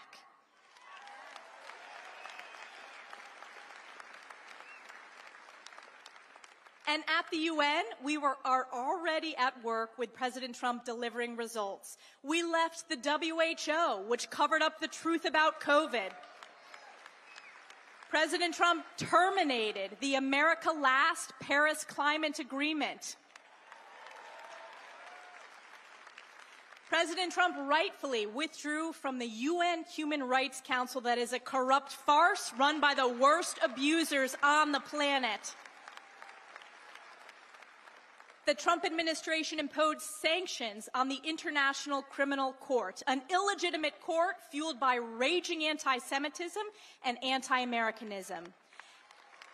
And a top priority that I have worked on in Congress for years, President Trump defunded UNRWA, the pro-Hamas terrorist group that committed atrocities on October 7th. And make no mistake, hear it now, as President Trump's United States ambassador to the United Nations, we will not only defund UNRWA, we will dismantle it.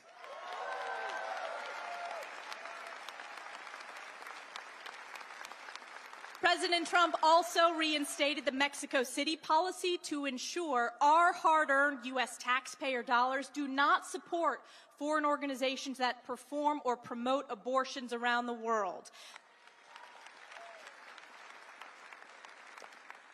The U.S. rejoined the Geneva Consensus Declaration to promote and strengthen opportunities for women and girls around the world and to protect the family as the fundamental unit of society.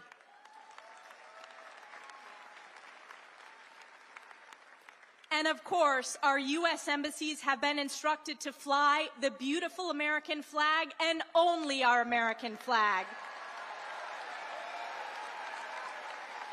This is moral leadership. This is strong leadership. This is President Trump's America First, peace through strength. Now, I want to ask you, let me ask you this question. Do you all remember that famous congressional hearing with the anti-Semitic university presidents from Harvard and Penn? I should say former presidents after my questions. 5 down and so many to go. And mark my words, that hearing is the type of strong moral leadership that I will deliver at the United Nations on day 1. And I know that I will be serving as the United States ambassador to the United Nations and not the other way around. And I will always stand up for the American people, American sovereignty, and our America First values.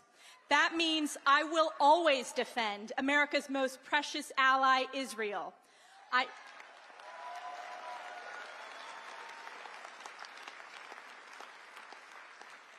I I led the charge to expose the rot of anti-Semitism on college campuses, and I will lead the charge on behalf of President Trump to root out the rot of the true den of anti-Semitism, and that is the UN.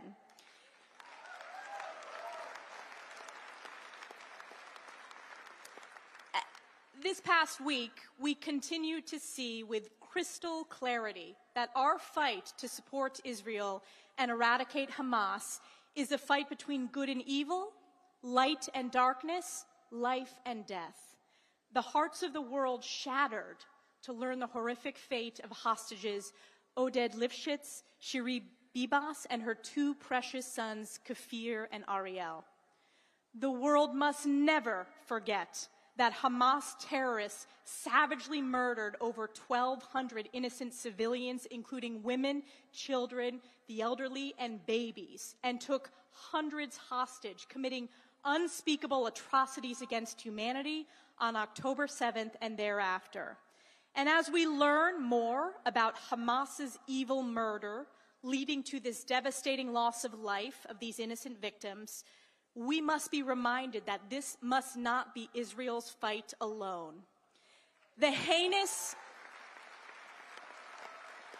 It will never be Israel's fight alone. The absolutely heinous display of Hamas terrorists parading the coffins of murdered Israeli babies and lying about the remains of their mother to the cheers of a barbaric, animalistic pro-Hamas mob is an affront to all of humanity. And it has never been more important to show the world's unequivocal support for Israel, and it is clear that under President Trump's leadership, America stands steadfast in support of Israel and the Jewish people, and we will not rest until every hostage is brought home and Hamas is eradicated.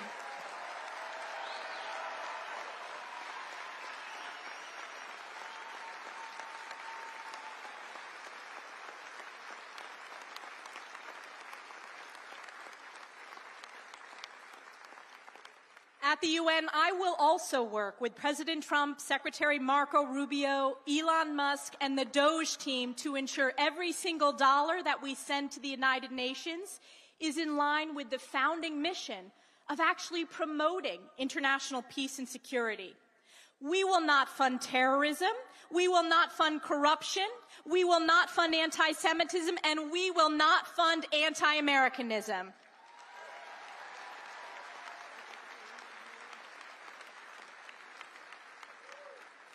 The United Nations will hear loudly and clearly that President Trump's America First, Peace Through Strength agenda and record of results is back, and it is here to stay.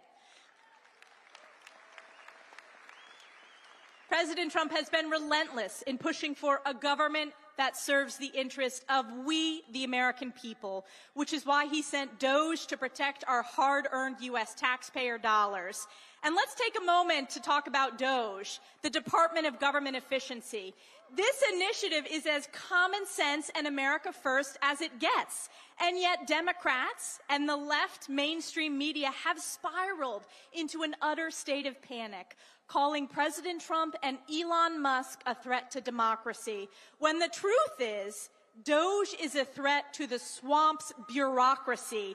DOGE is draining the swamp just like President Trump said he would.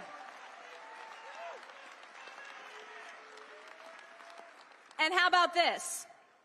I think we need a global DOGE. We must expose the reckless and anti-Semitic and anti-American spending at the United Nations, and we will. So get ready. We are just 1 month in, and we will continue to work together to support the greatest president in the history of our country, President Donald J. Trump, to make America great again. Thank you again to all the patriots here at CPAC and across the nation. God bless you, God bless President Donald J. Trump, and God bless the United States of America. Thank you.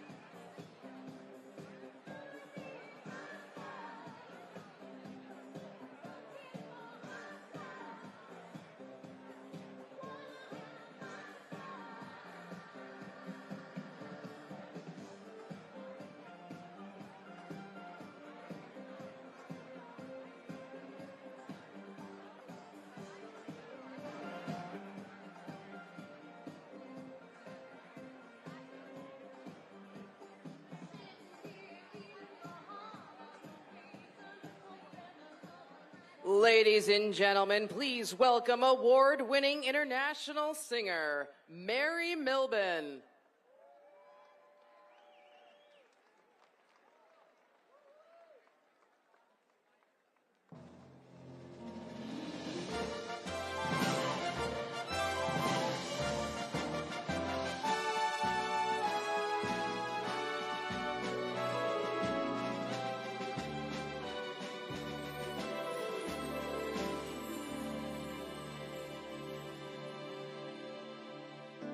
Oh, beautiful for spacious skies, for amber waves of grain,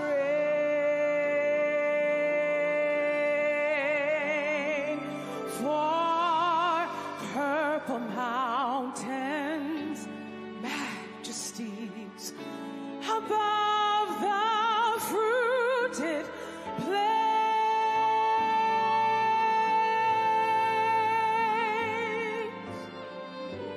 America, America, God shed His grace on thee and crown thy good with brotherhood from sea to shining sea. God bless America. You all know this land that I love. Stand beside her and guide her through the night with the light from above, from the mountains to the prairies, to the oceans white with foam.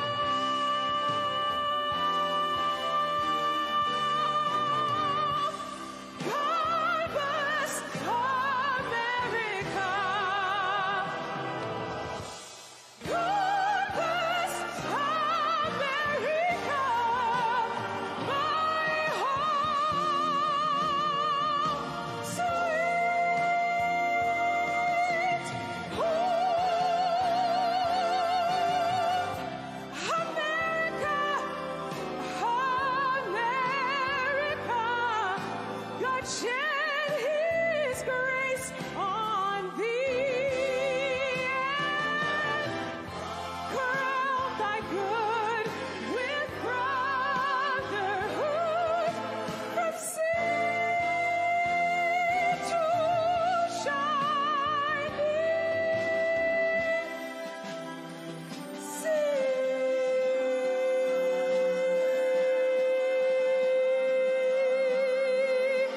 To see America, it's the greatest country. America, God shed His grace on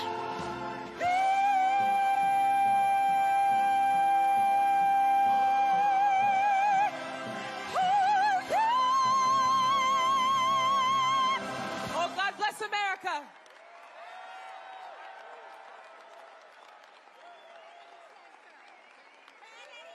Ladies and gentlemen, please welcome CPAC Senior Fellow Mercedes Schlapp and CPAC Chairman Matt Schlapp. Mary. Thank you.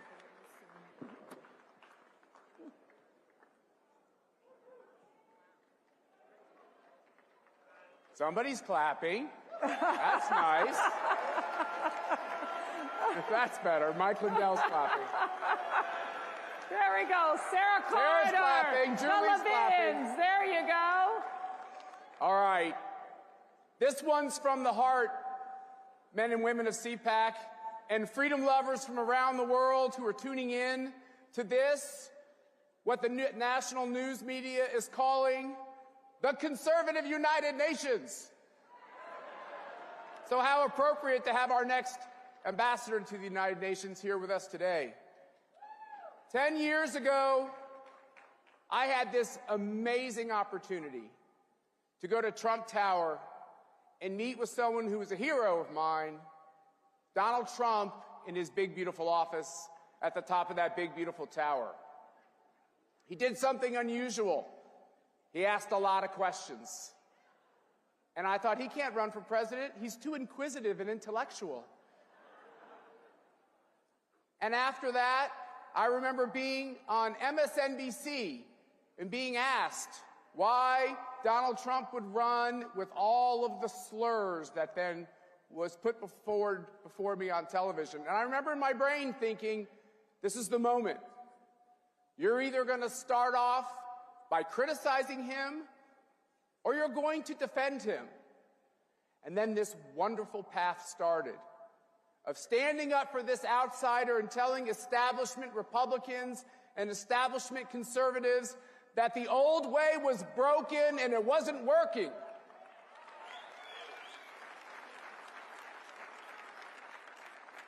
And the men and women of CPAC and the students of CPAC welcomed Donald Trump. We've welcomed him 15 times to this stage, more than any other person. We've stood on this stage and had the audacity to say that globalism would die. And lo and behold, I think it just did.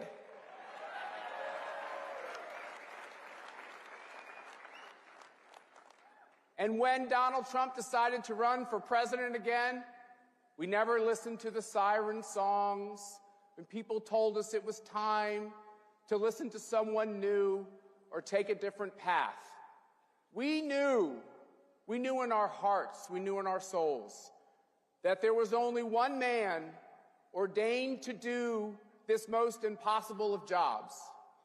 And that was verified by the tragedy that occurred in Pennsylvania, when Donald Trump got off the ground, stood up, showed us his measure of courage, and told the world that he would fight.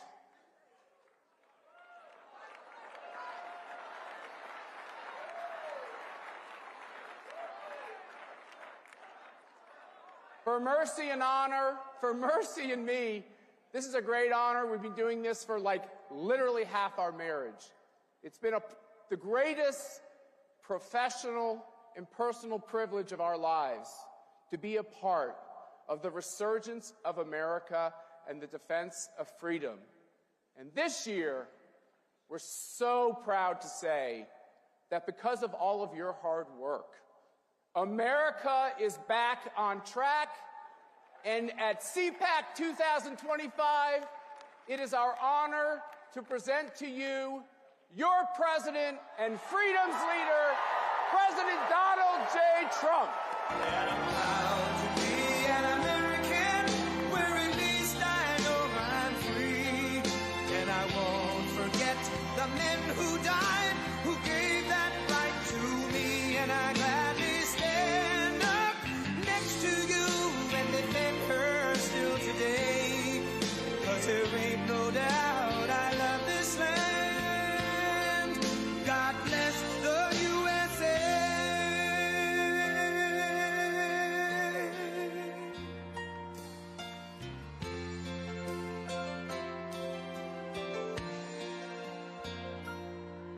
From the lakes of Minnesota to the hills of Tennessee, across the plains of Texas, from sea to shining sea, from Detroit down to Houston and New York to LA, where there's pride in every American heart, and it's time we stand and say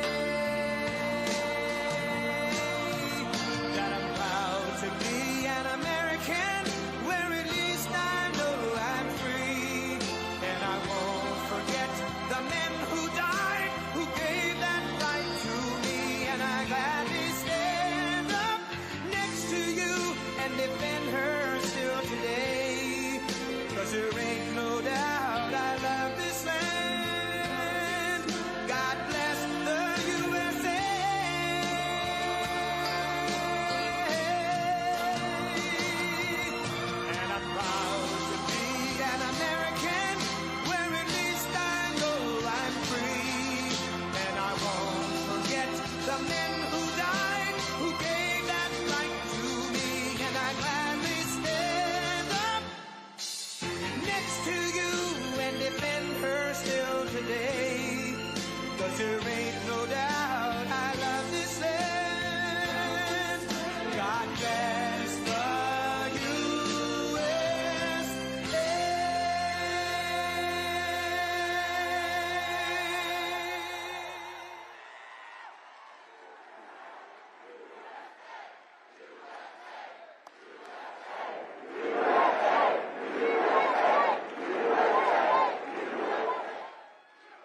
Thank you very much. Thank you.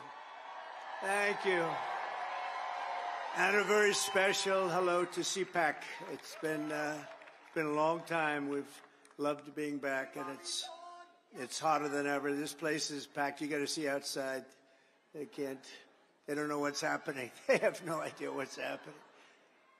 And a friend is here from Argentina, and a friend is here from Poland. Stand up.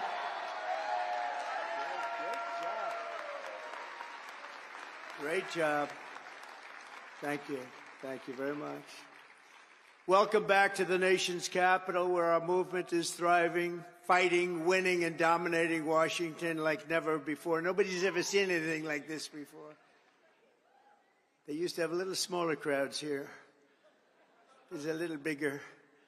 The fraudsters, liars, cheaters, globalists, and deep state bureaucrats are being sent packing. The illegal alien criminals are being sent home. We're draining the swamp, and we're restoring government by the people, for the people. For years, Washington was controlled by a sinister group of radical left Marxists, warmongers, and corrupt special interests who drained our wealth, attacked our liberties, obliterated our borders, and sucked our country dry. Not any longer. But on November 5th, we stood up to all the corrupt forces that were destroying America. We took away their power. We took away their confidence. They lost their confidence. You know, do you ever watch? They lost their confidence. Oh, it's so nice to watch.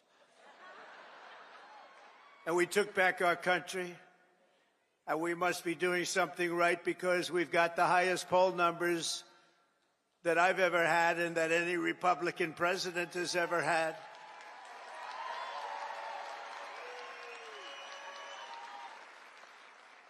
And our approval rating is now the highest ever across all demographics. Rasmussen just came out at 56%.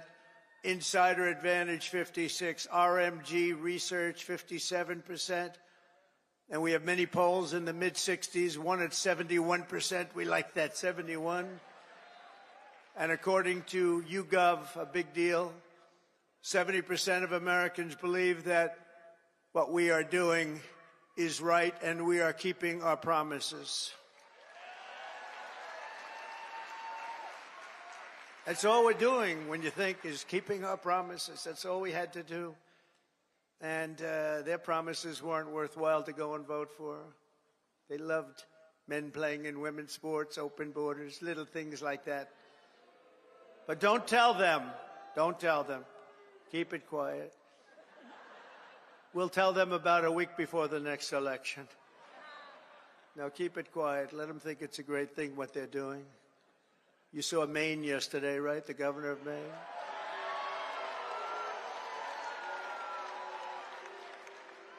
She's fighting to keep men in women's sports. You ever see what happens to a woman when a woman boxes a man who transitioned to womanhood? Did you ever see what happens? It's not pretty. It's not pretty. Let her do that fight. Let them all do that fight. Because I think that's about a 90-10 issue, and I can't figure out who the 10% are. Nobody can.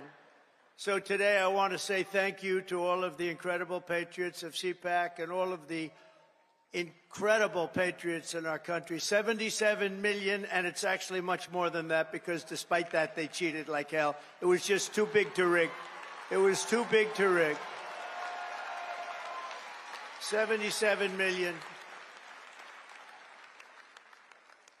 Remember, you used to go, I said, look, we're leading in the polls by a lot. Don't believe the polls. Just go and vote. You got to vote. We got to make it too big to rig. And they tried. But it was too big to rig. One of the great statements. We love it. Because everybody went and voted. We fought through hell together. But in the end, we achieved the great liberation of America. We're liberating our country right now. We're doing all these things that you're reading about. We're liberating our country. I first spoke to this gathering 14 years ago. And I won your straw poll. I didn't know anything about a straw poll. They took this big straw poll, and I won by like 27 points. And I figured, you know, that's good. Maybe I should keep doing it. And I did. and I became president. Isn't that great? Who would think? Who would think? But he became president too. He's a MAGA guy too. Make Argentina great again, right? Make Argentina great again. I kept hearing about this man. I kept hearing about this man in beautiful Argentina, and it is beautiful, but boy, did it have inflation. Inflation made it less beautiful. I hear you're doing fantastically. We're very proud of you, actually. And make Argentina great again. Thank you very much. Great honor to have you. But now it's my honor to address you for the first time as your 47th President of the United States. Great honor.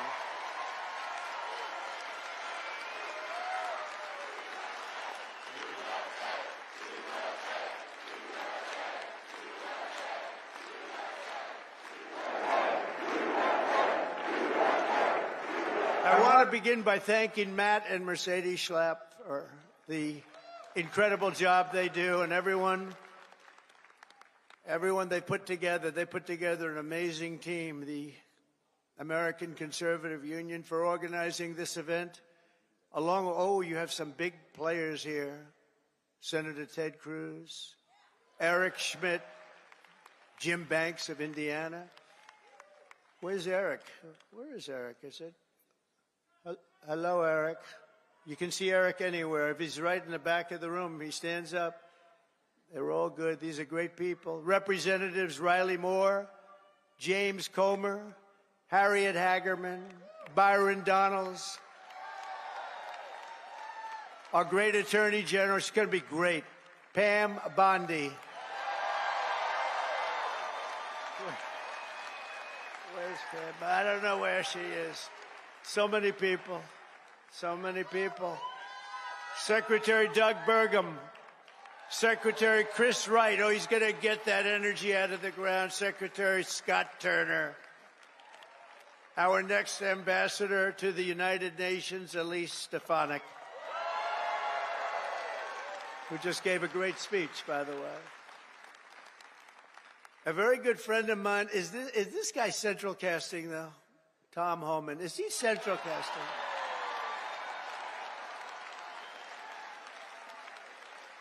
Where is it? Hello, Tom. Are you? I love that. How could I love a guy like that? But I do. He's doing a great job. Thank you, Tom, very much. Thank you. Appreciate it. Arkansas Governor Sarah Sanders. Thank you, Sarah. Thank you. And Pennsylvania Attorney General Dave Sunday. I love that name. We're also honored to be joined by President Duda of Poland, who's a fantastic man and a great friend of mine. And we got 84% of the Polish people that voted for us, so you must be doing something right, huh? Hanging out with Trump. And again, President Milei of Argentina. Thank you very much. Thank you very much. What a great guy.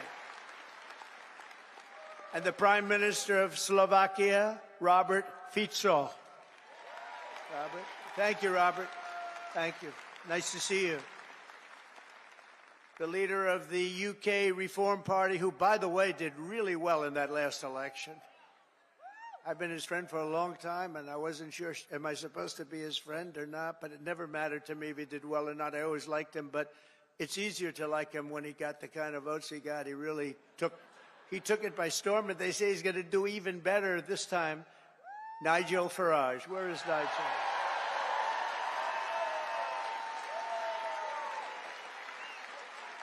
Thank you, Nigel. Thank you. What a great guy. The leader of Spain's Vox Party, Santiago Abascal. Thank you, Santiago. Thank you. Thank you very much. I thought that was you. Thank you very much. Great job you're doing.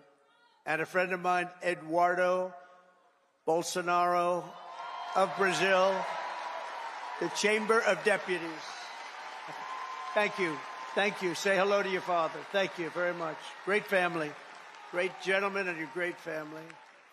And our great First Lady, Melania, is watching us right now on television. So give her a hand.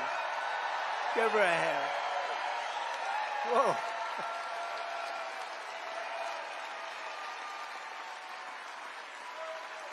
Thank you. Thank you. Oh, she's going to be happy. That's so nice. We love our First Lady. Everybody does. With the help of so many incredible supporters here today, we're going to forge a new and lasting political majority that will drive American politics for generations to come. I think we're going to do fantastically well in the midterms. You know, in theory, the one that wins the presidency does not do well in the midterms, but I think this is going to be a change. We're at a level, I don't think we've been at this level maybe ever as the Republican Party. We're a bigger, better, stronger party than ever before. More people in our party than ever before. But the people have given us a resounding mandate for dramatic change in Washington, and we are going to deliver it. We're going to use it, and we're going to make America great again by using it. So it's going to be something. But think of it, at the presidential level, we won the popular vote by millions and millions of votes. We swept all 7 swing states, Michigan, Wisconsin, Pennsylvania, North Carolina, Georgia, Arizona, Nevada, all by great margins. We won 85% of all of the counties in America. That means that map was red. Did you ever see the map? Did you see the certified map? Where is it? I want to see a certified map. It's all red. You can hardly find the blue. Think of this. They won 525 counties, and we won 2,600 counties. It's the biggest margin ever recorded. And incredibly, for the first time ever, all 50 states shifted toward the Republican Party. It's never happened before. So it was indeed too big to rig. We won the largest number of African-American votes in Republican history, by far. We won the largest number of Hispanic-American votes, any Republican ever. Hispanic Americans, we love you. The energy, the brilliance of Hispanic Americans. We won all of the cities and towns along the Texas border, whereas before I ran, we won none. We never used to win any.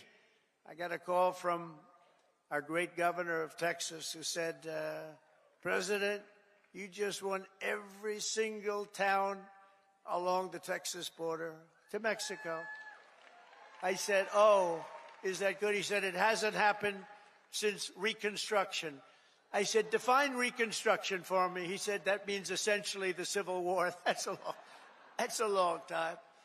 But that was when I first heard about it, actually. Our party has become the proud voice of hardworking citizens of every race, religion, color, and creed.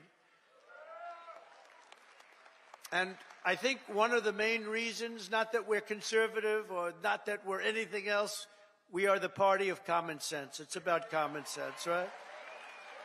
It's all about common sense.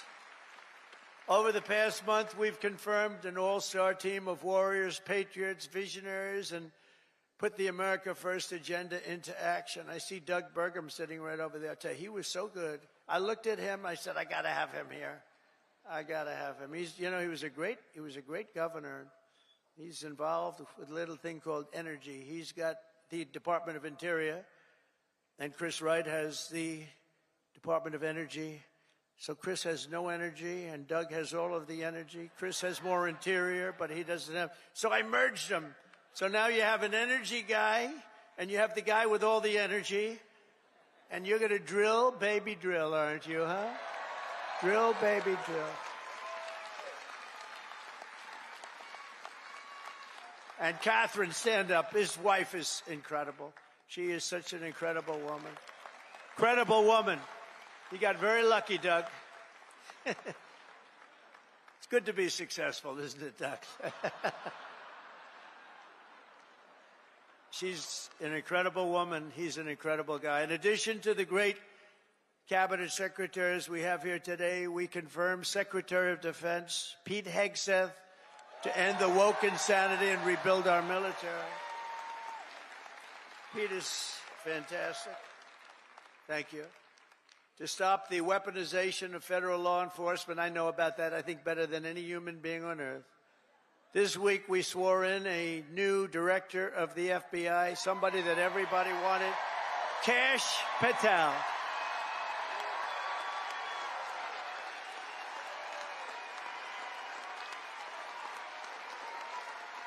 Kash is great.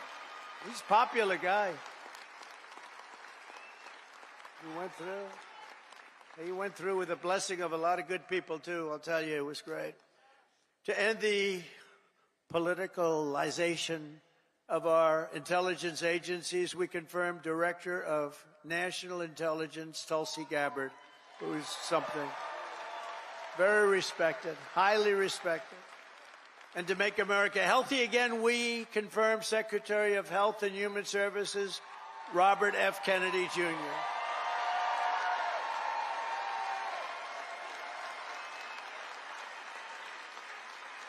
Great guy. We need him. We need him. You know, there's a number on autism as an example with children, autism. And you go back 15 years, it was from 10 to 20,000. You had like 1 in 10 to 20,000. Some say 10, some say 20, but it was in that vicinity. That's a big vicinity. Now it's 1 in 36 babies have autism. 1 in 36. Think of it. It was 1 in probably 20,000 people. Now it's 1 in 36. There's something wrong. Something's wrong, and Bobby is going to find it. Working with Dr. Oz, by the way. Working with Dr. Oz.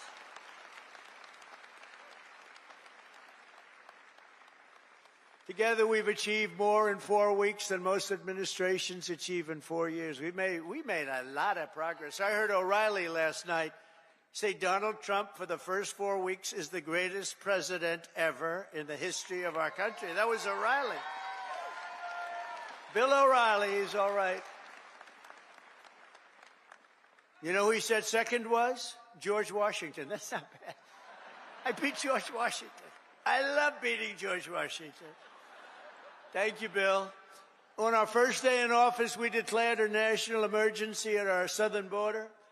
After years of politicians using our military to defend foreign borders while leaving our country defenseless and helpless, we deployed a group of people, active duty troops, to defend our border and repel the invasion of our country. This was an invasion. You know, we had a great first term, a really great first term, and I called it an invasion. And we had great numbers, but now we have the best numbers we've ever had. We've never had numbers like this. We've done it all in 4 weeks. Think of it. That was Tom Homan, Kristi Noem, the whole group. On day one, I ended the catch and release. I reinstated Remain in Mexico, and I signed an order that will end birthright citizenship for the children of illegal aliens. Because it wasn't meant for these children. It wasn't meant for people that escaped or invaded, came into our country illegally. It was meant for the children of slaves. Because when it was done, many, many years ago, it was during a very tough period in this country's history, and that was meant for the children of slaves. I wish people would understand that so they could get this thing approved, and we don't have millions and millions of people coming into our country, and they shouldn't be here. This week, I also canceled temporary protected status for migrants from Haiti. They're pouring into our country, pouring in. If I weren't elected president, there'd be nobody in Haiti anymore. They were pouring in at levels from other countries, too. All over Africa, the Congo, all over South America. And they were coming in from prisons and mental institutions and insane asylums, jails, and gang members and You have to see gang members, drug lords, people that are drug addicted. They were sending them all into our ridiculous and very stupid Biden open border. Our border czar was Kamala. Haven't said that name in a while. I haven't said that name. No, I haven't said that name in a while. Kamala. I'll bet nobody knows her last name. Nobody ever knows her last name. Even during the campaign, you'd have to say Kamala. It's strange, you know, a little different name. Kamala, because her last name was Harris. I used to say Senator Harris. Nobody knew who the hell I was talking about. So I had to go Kamala. But think of it, I was beating Joe badly, really badly, and they changed him. I'm the only one that ever had to beat two people. I had to beat two. Had to beat two. We beat two. I didn't beat. You beat. You beat two people.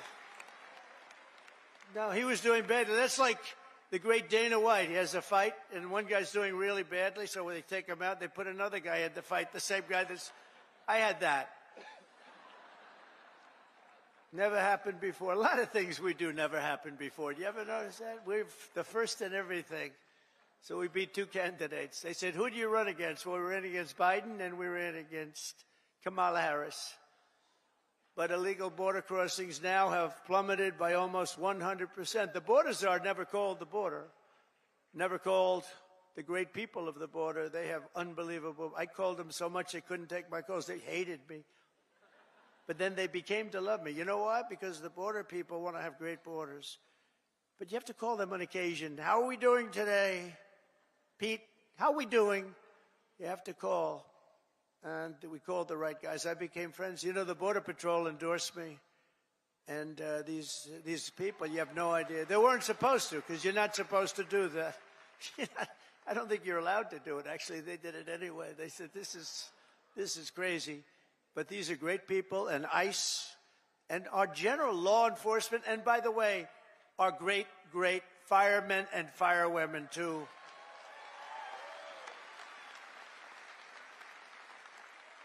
They were great. They all endorsed us. With the police, we got high 90s in terms of, and many of them were unionized, you know. We have a young lady who's right now going for the Department of Labor, and she tends to be a little bit on the slightly left of center. And everybody said, why did I do that? I said, you know why I did that? Because unions like her, and labor likes her, and a lot of people like her, and she's very solid, very strong, and she's going to do the right thing. But they all voted for us. They didn't vote for me, they voted for us. We got the Teamsters, we got the firefighters, we got the police, we got the auto workers. We're so great. We had tremendous support, so I think it's nice to give them a person in the center, because that's what she's going to be very good, I think. But a lot of people said, why'd you do that? I said, because I want to do something nice for these people that voted for me. Oh, gee, what a great political move that was. Now they're all saying, what a great political move. No, it's all common sense. Remember that. Remember that. Sean O'Brien was fantastic. The whole group, they were great.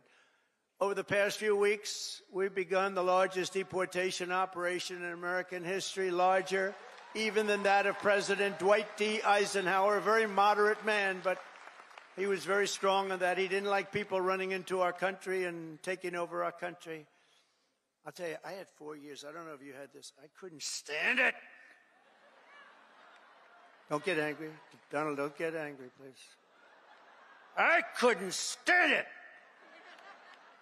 Watching these people come in from jails and mental institutions and the worst criminals in the street, gang members being dropped off in buses and bust into our country. I couldn't stand it.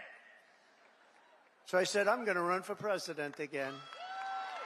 And now we don't have that problem. Now we don't have that problem anymore.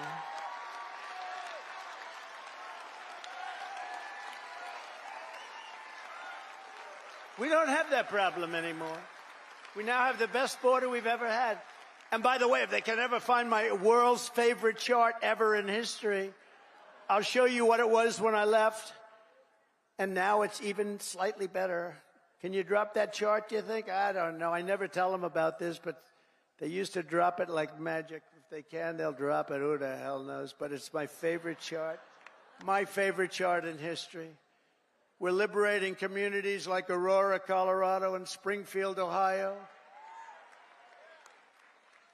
that have been occupied by illegal alien criminals from all over the world.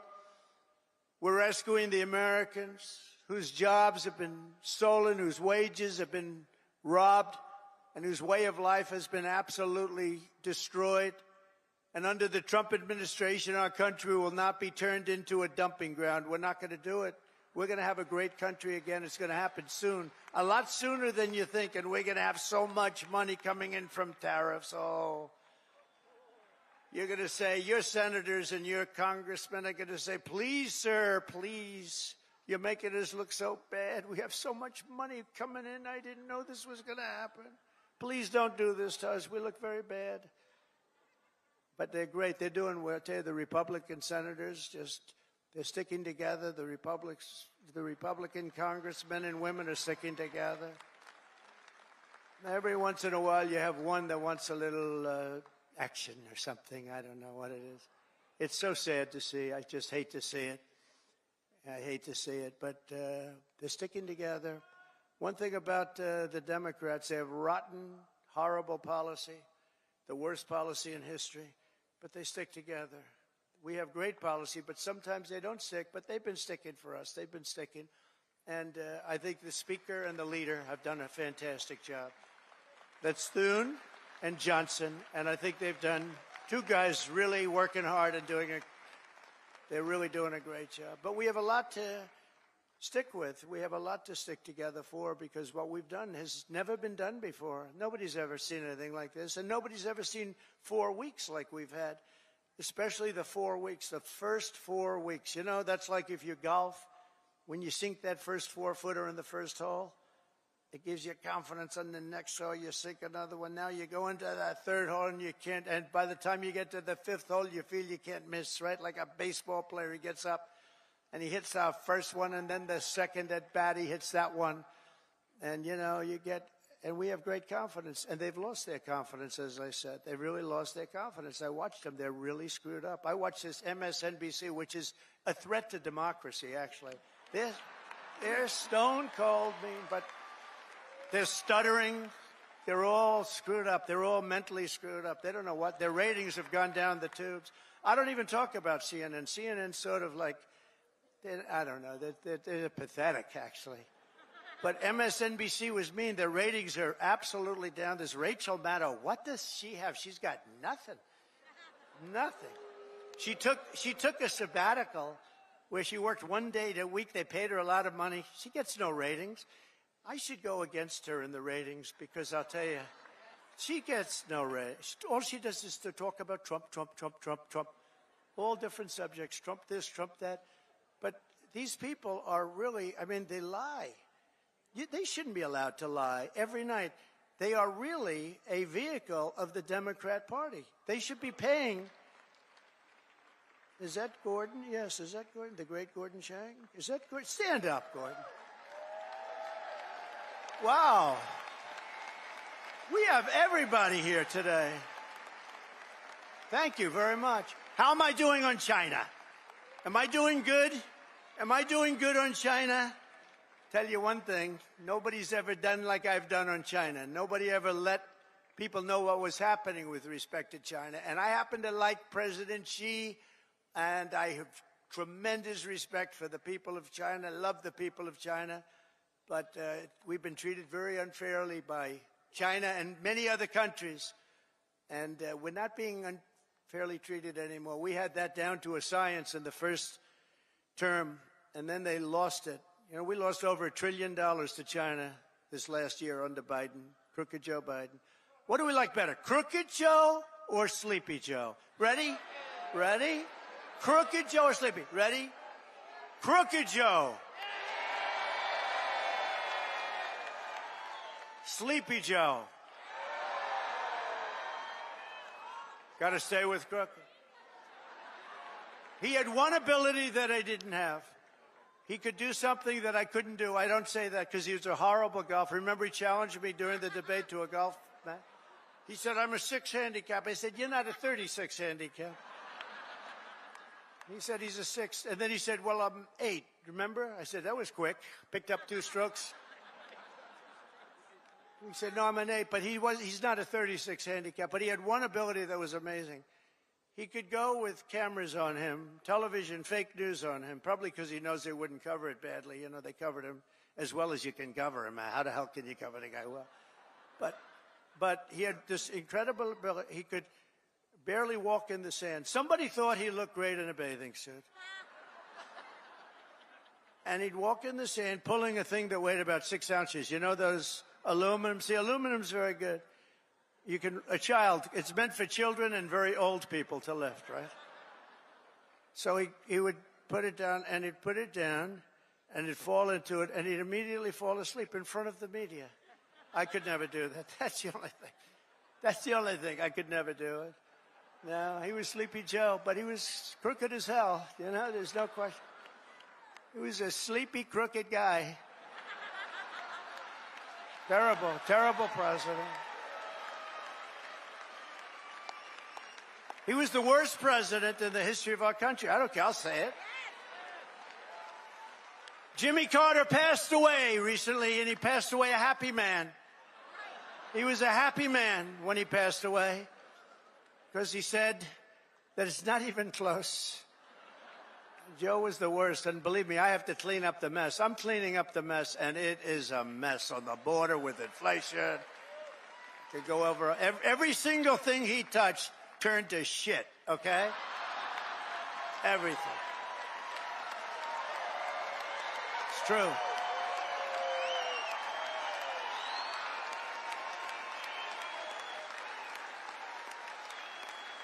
It's true. That's true. Now Franklin Graham's angry at me.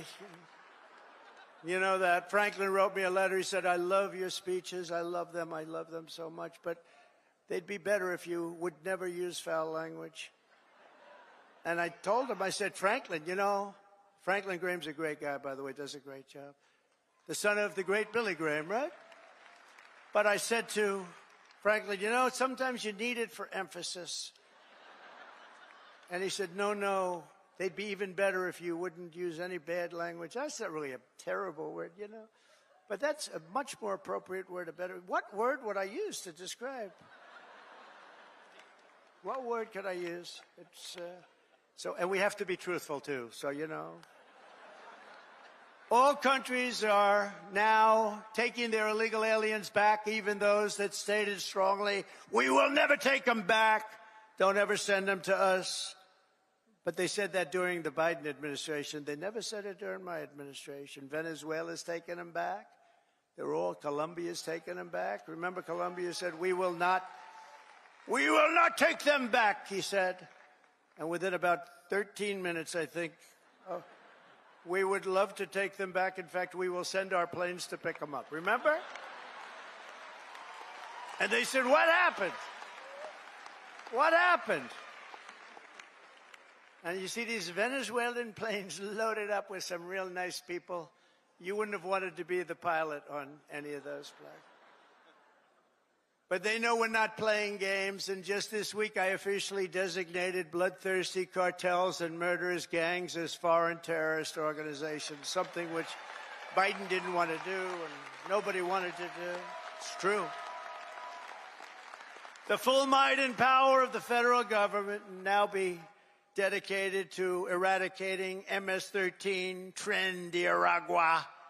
That's the Venezuelan prison gangs. These are very nice fellows. The only thing good about them is they make our criminals look like nice people. It's true. Remember when they used to say, people that come in from foreign countries are nice people. These are wonderful people. These are good people. They're not murderers. They're not terrible. These people make us look like babies, okay? You know the Hells Angels? They're among the nicest people on earth when you compare them to these thugs. And the Hells Angels actually love our country, if you can believe that. They actually do. but their members and their leaders in the United States will be hunted down. I'm talking about MS-13. They're hunting them down. We removed tens of thousands, MS-13, Trendiragua, rooted out, arrested, and expelled from our soil like the savage monsters that they are. We don't have anybody coming up from Argentina.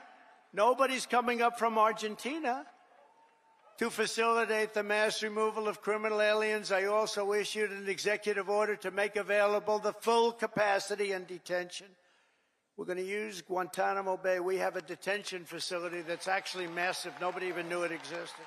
Holds thousands of prisoners. We never used it. For 4 long years, you had a president who put illegal aliens up in penthouse suites in beautiful hotels on Park Avenue, on Madison Avenue, or on Fifth Avenue in Manhattan. Now you have a president who is stamping their ticket to Gitmo on a one-way trip back to the places from which they came. Wonderful places. Big difference. My administration is also moving swiftly to save the U.S. economy from the train wreck of inflation and worse that Joe Biden created. I withdrew from the one-sided Paris Climate Accord. It was a disaster. It was a disaster. I terminated the Green New Scam. One of the greatest hoaxes ever played on this country is the Green New Scam. We spent trillions of dollars on this nonsense, and just a total hoax. It really set back our country, I want to tell you, monetarily and every other way. And I canceled Joe Biden's insane electric vehicle mandate where everybody has to have an electric car. And if you want an electric car, get an electric car. If you want a gasoline-powered car, if you want to have a hybrid, you get it. The only thing you can't do is a hydrogen-powered car. You know why? They said it really works great, but when it doesn't work, you never find the body. That's a bad sign. You know, when it doesn't work, they found the body on a tree about 250 yards up the road. It's seriously bad. So we'll leave hydrogen out of it for a little while, I think, or maybe permanently. I'd say permanently. To crush inflation by slashing spending, I imposed an immediate federal hiring freeze, a federal regulation freeze, and a foreign aid freeze. We're given to countries that hate us. We're giving billions and billions of dollars to countries that hate us. And I signed an order creating the Department of Government Efficiency. You probably haven't heard of it, which is now waging war on government waste, fraud, and abuse. And Elon is doing a great job. He's doing a great job.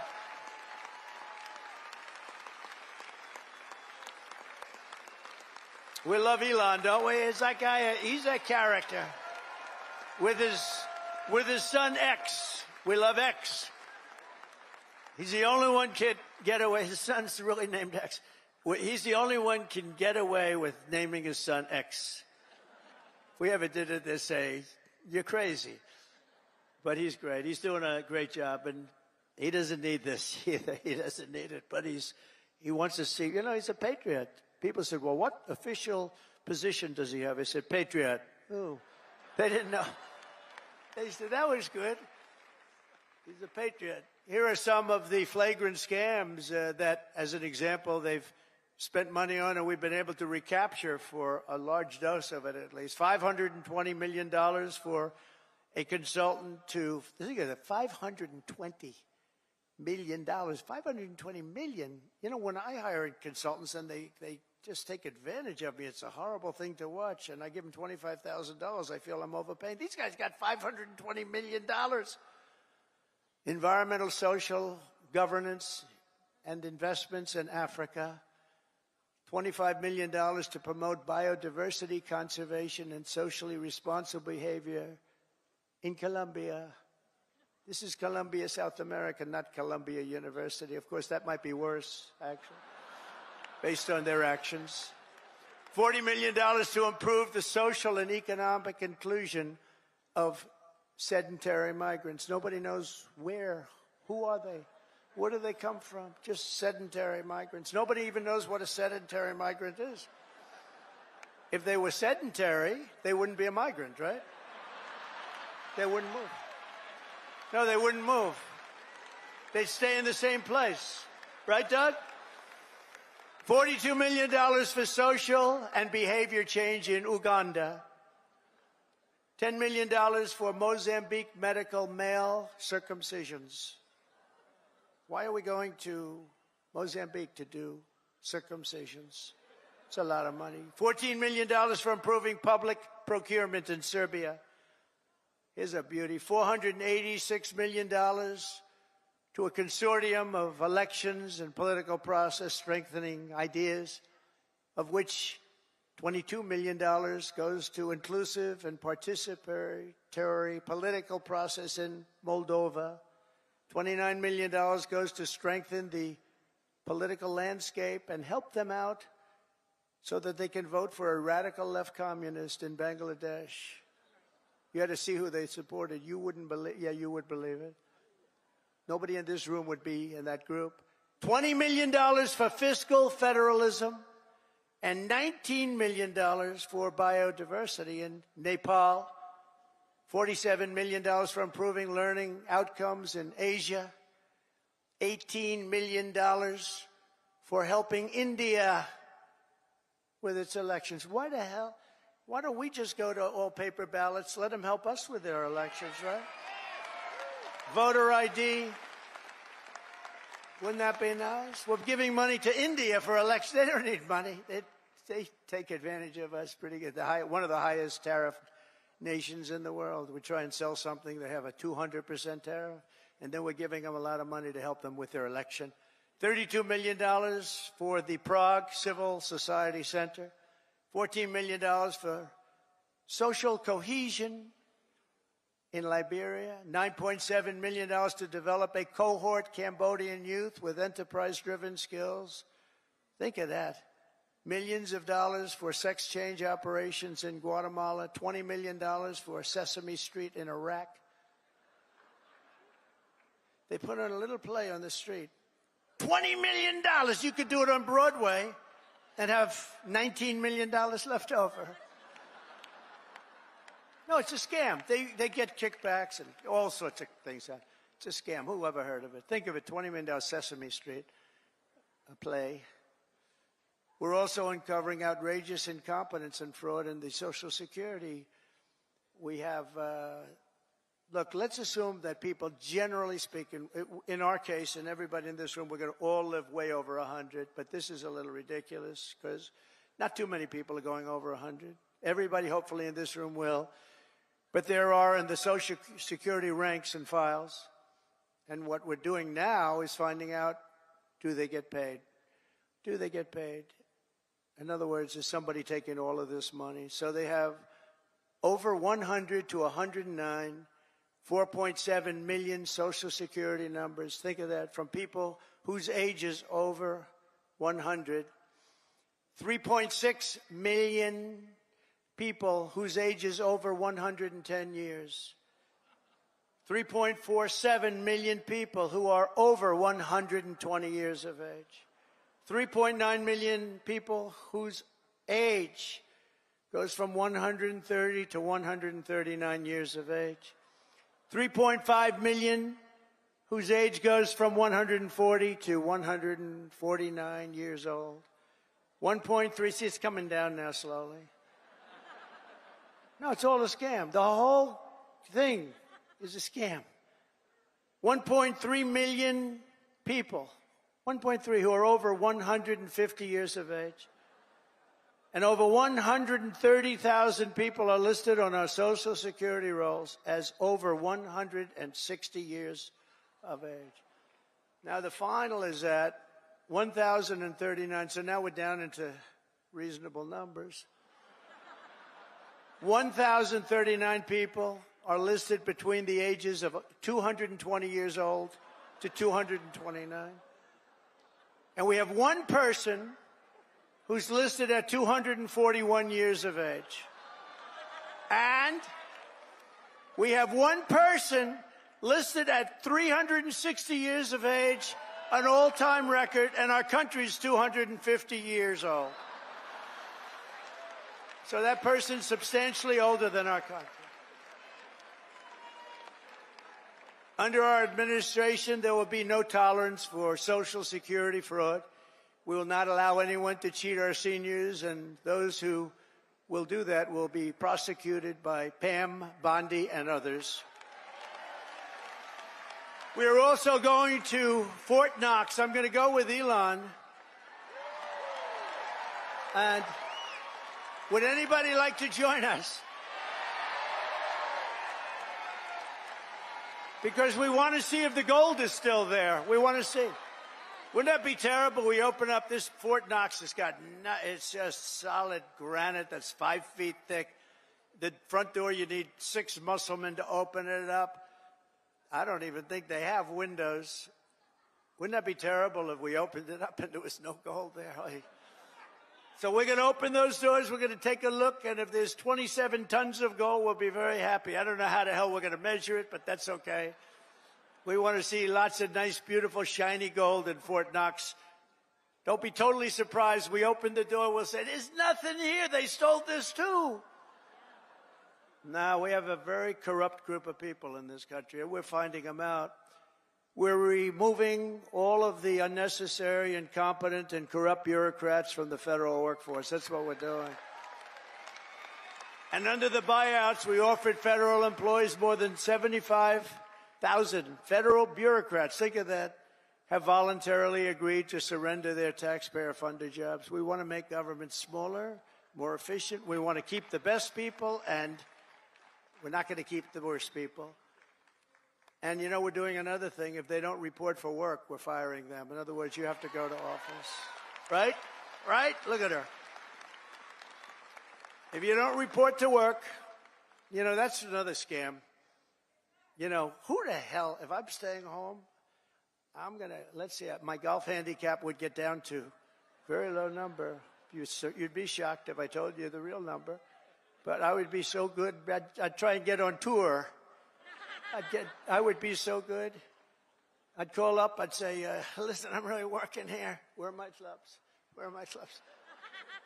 Either that or, in many cases, they have second jobs while they're getting paid by us. So one of the reasons they're leaving is because they don't want to have to show that. And we're demanding to see that information. How many jobs have you had?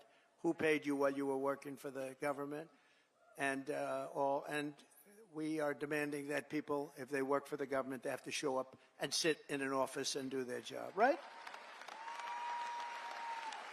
And we've also effectively ended the left-wing scam known as USAID, the agency's name. Has been removed from its former building, and that space will now house agents from Customs and Border Patrol. Beautiful. And at the ultra-left CFPB, which was terrible. So many people have been hurt by that. I used to get calls from lending officers, from owners of small banks, and they were almost crying. What they did to those people, they destroyed them, put them out of business. It was established by Elizabeth Pocahontas Warren. Does anyone know? Remember the Pocahontas scam? I'm an Indian, therefore I'm entitled to be a senator. I'm an Indian. She said, could we see proof of that, please? She said, well, the only proof I have is my mother said I have high cheekbones. Oh, that's no good, right? Remember she went out? I really spooked her, I tell you. Remember she went out, she couldn't take it anymore. I was calling her Pocahontas, Pocahontas. Everyone knew she was not an Indian. I had more Indian blood than her, and I have no Indian blood. I'd be honored to, but I don't have any, but I had more than her. Do you remember she went out and she had a blood test? And it came back and she was so happy because it said 1,024th. That means everybody in this room had more than her.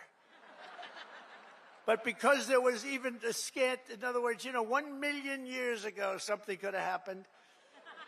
And she was so happy that she released it and she got killed. That was the end of her presidential career. She does not like me very much.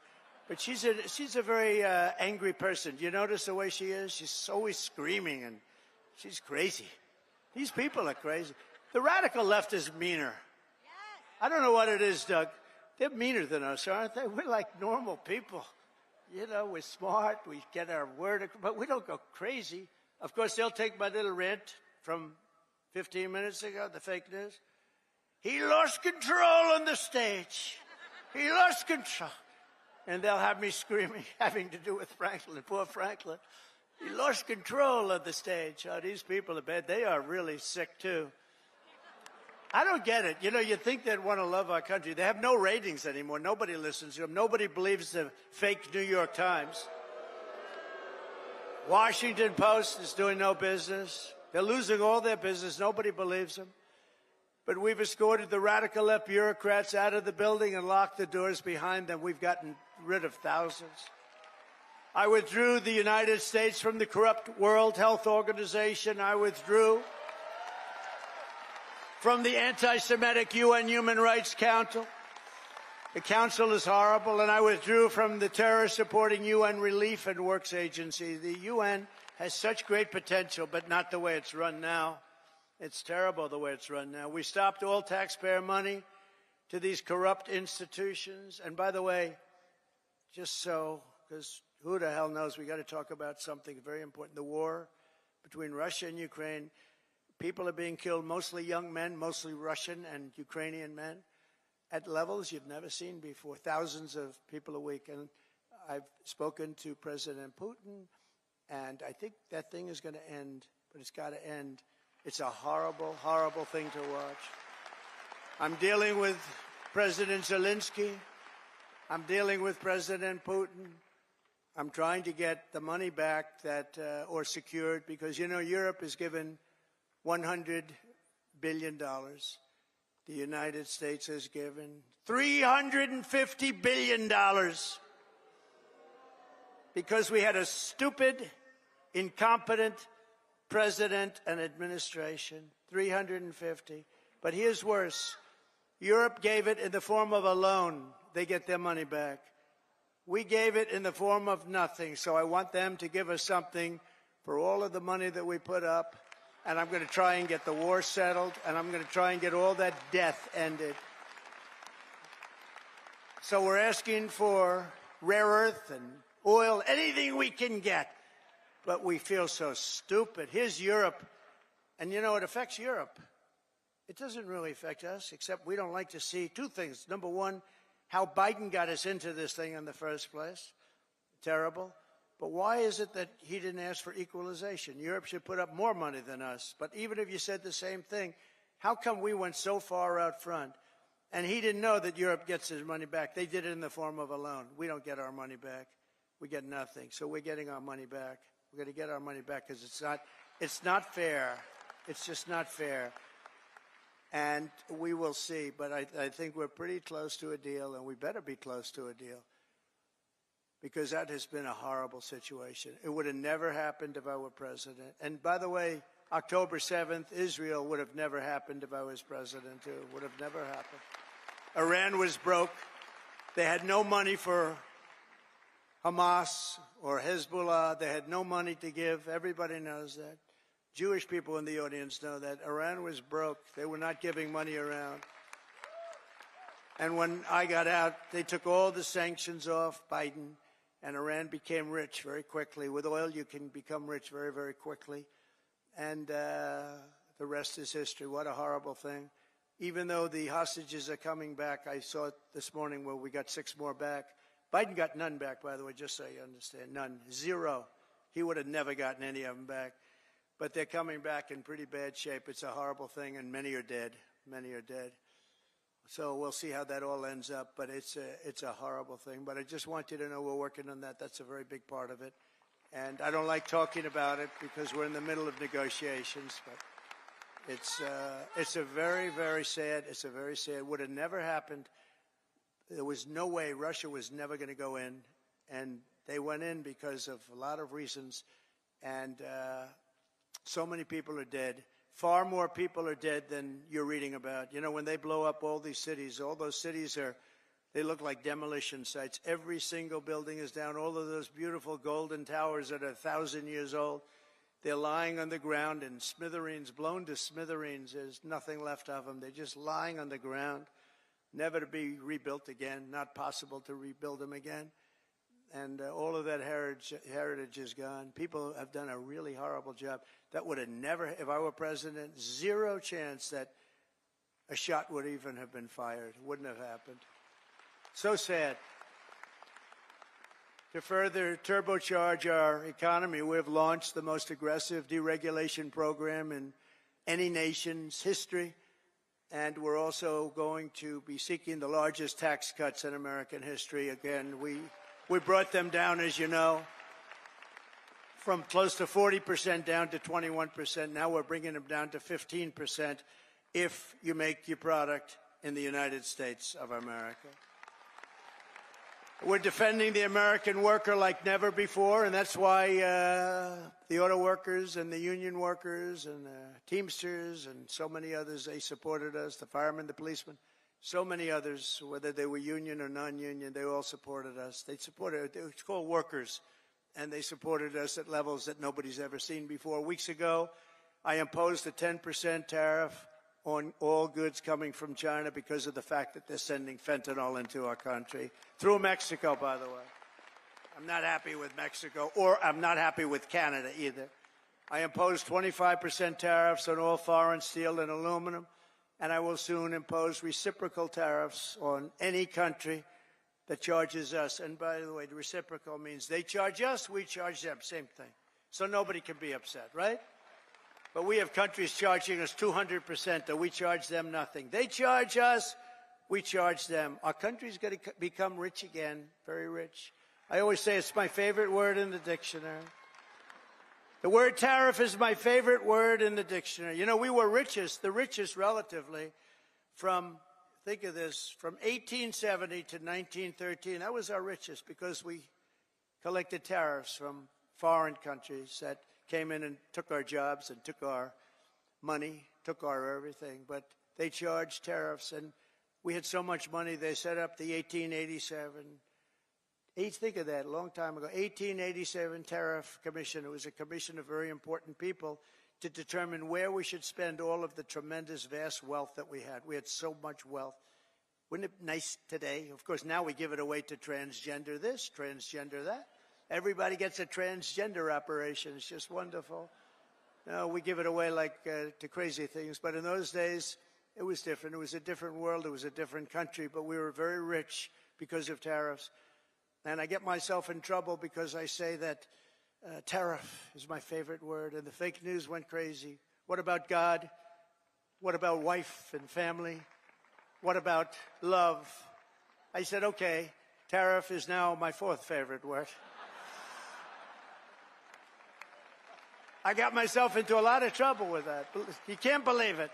I said, tariff is my favorite word in the dictionary, and I got killed by the fake news. So I say now, it doesn't sound good. Tariff, it's my fourth favorite word.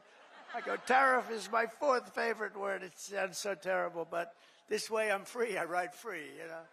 I don't get clobbered by the fake news. But tariffs are also a powerful tool of diplomacy, and all around the world are moving quickly to bring back peace through strength.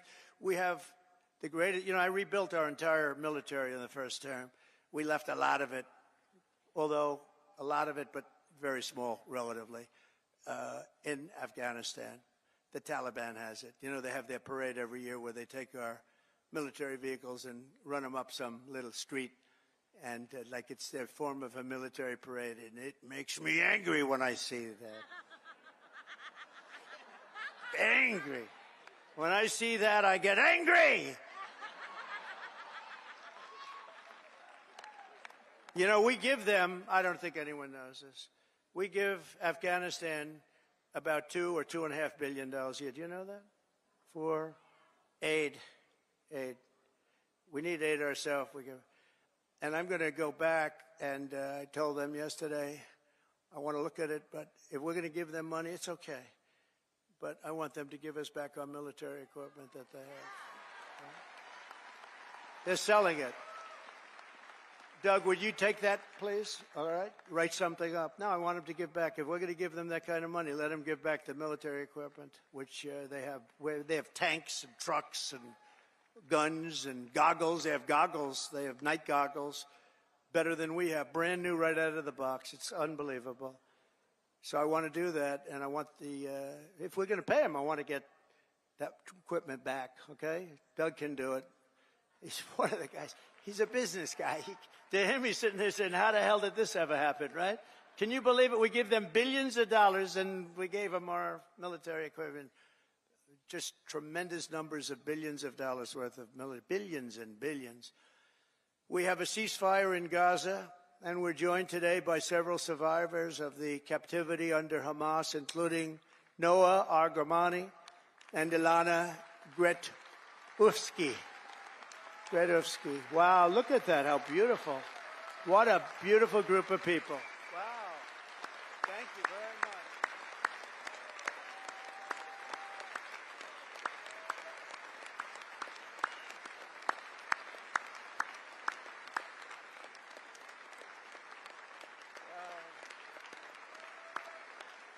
Thank you very much.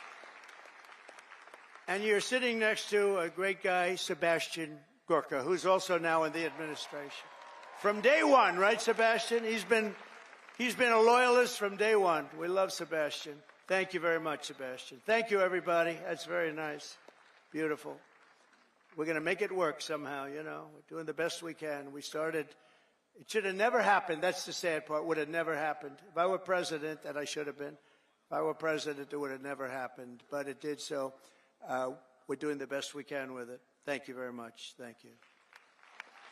Also with us are family members of some individuals who are still hostages, and we will not rest until all of the hostages have been returned back home.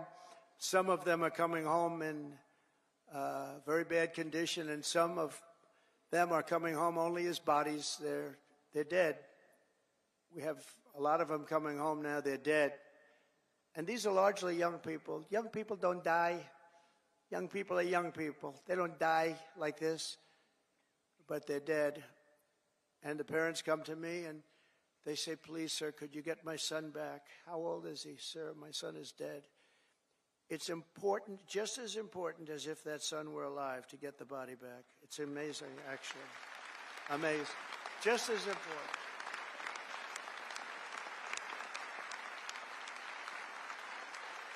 Thank you.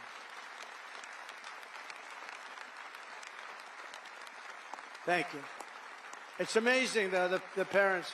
The parents are strong. I mean, look, strong. What does strong mean? Strong is their life is ruined. Really, it's ruined. I see the people. But they come up to me, and it's so important to get the body back. They know. And some are not sure. They're 80% sure he's dead or she's dead. But they have that little glimmer of hope, and I say, let them have that hope, right? Let them have that hope. But getting the body back is just as important as getting the son back healthy or the daughter back healthy. It's amazing to see when I see the level of intensity and love and sorrow and tragedy. As I said in my inaugural address, it's my hope that my greatest legacy will be as a peacemaker, not a conqueror. I don't want to be a conqueror.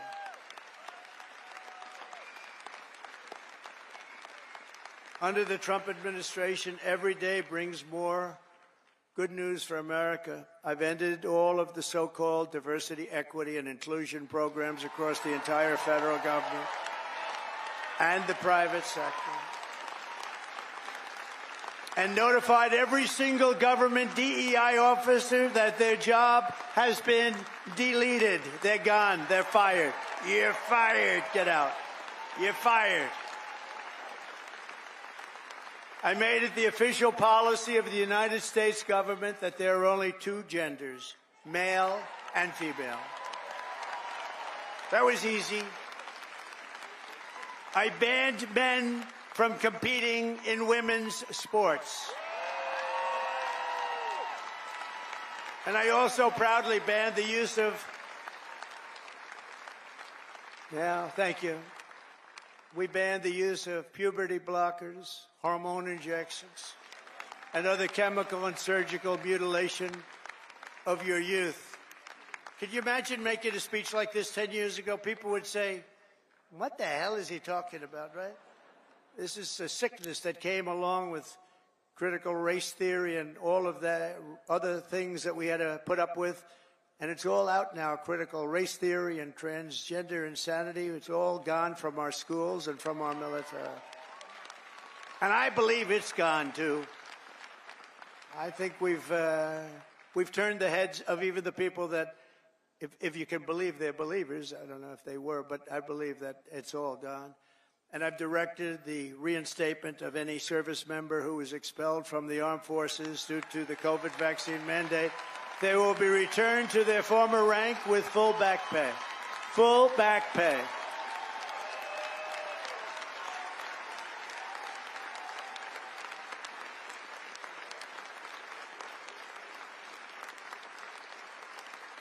I banned government censorship from your voices and brought back free speech in America. We have free speech. We didn't have free speech. We do have it now, actually. Now, this was a very vicious regime, you know. I was put under investigation more so than the late, great Alphonse Capone, one of the great killers of the world. Trump, my father would look down my mother. How the hell did this happen to my boy? This wasn't... No, I was under investigation at a far greater level than Al Capone or anybody else, probably in the history of our country. These people are sick. They're sick. They're bad people. I ended Joe Biden's weaponization as soon as I got in. I said, I'm going to hit him with the same stuff. But I ended his whole weaponization of our government and removed his hand-picked radical left Marxist prosecutors from the Department of Justice. I was so happy to do that. They weaponized government.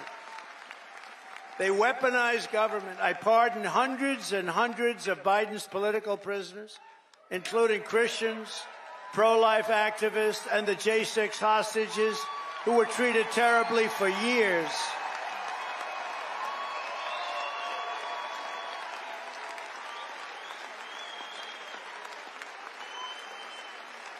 We even got rid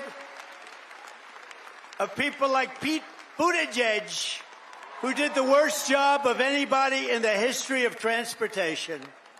What a bunch of losers. I revoked the security clearances of Anthony Blinken, Jake Sullivan, John Brennan, James Clapper, and every non-patriot who lied to cover up Hunter Biden's laptop from hell. We took away their security clearances. They're not allowed to enter any government building either. I also revoked Joe Biden's security clearances, the Biden crime family security clearances, and they'll no longer be allowed to access state secrets while selling themselves all around the world. Oh, well. Now, these were bad people. These were bad people. And I do that because this should never be allowed to happen again. What happened to me in this administration, what happened on J6, what happened on all of the things they did that were so bad, should never, ever be allowed to happen again.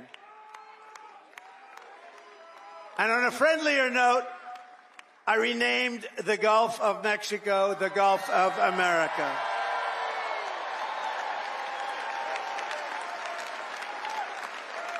And we are restoring the name of a great president, William McKinley, to Mount McKinley in Alaska.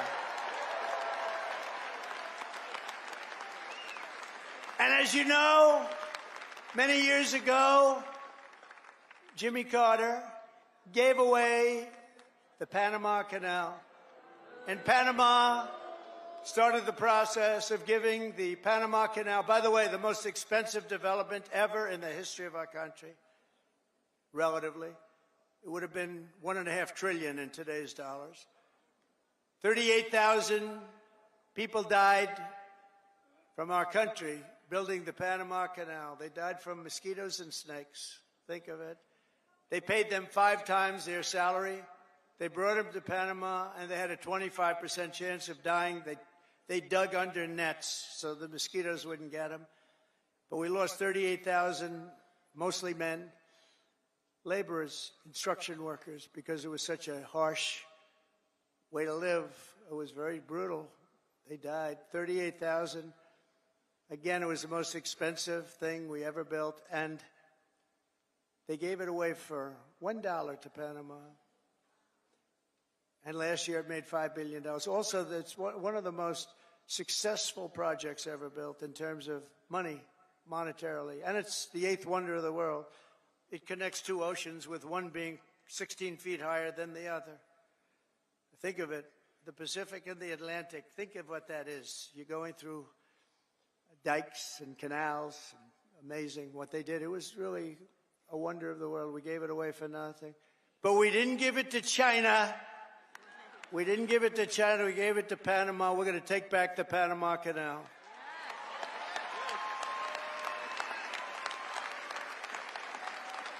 In a matter of weeks, we have restored America's pride, America's confidence, and America's spirit. According to a brand new poll from Rasmussen, the number of Americans who believe we are on the right track now exceeds the number who think we're on the wrong track. This is the first time in 23 years. That's hard to believe. And we had one poll where we're at 81% right track, wrong track. I guess it depends on who, but that one poll, because Rasmussen's been a good poll, first time in over 20 years that we've had a positive number on that. That's great. That's great. November 5th, 2024 will go down as one of the most important days in the history of our country. I'm pointing to Mike Lindell. That man suffered. That man suffered. The FBI thugs went up to him and they took away everything he had. He suffered. And Mrs. Lindell,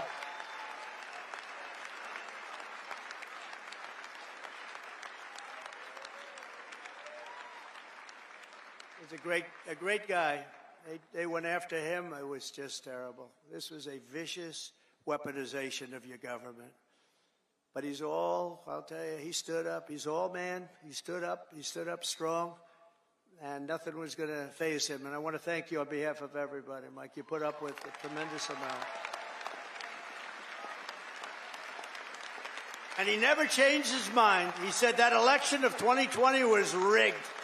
And he's more of a believer today than he was even 4 years ago. But now it's okay to say it, Mike. Now it's fine. Now, that's why, you know, when it comes to a day where you can't challenge crooked elections, we've got a real problem in this country. And as of January 20th, 2025, the dark days of high taxes, crushing regulations, rampant inflation, flagrant corruption, government weaponization, and total incompetence, those days are over. They're over. But we cannot stop now. We're going to push forward every single day. In the immortal words of that great American hero, Captain John Paul Jones, I have not yet begun to fight.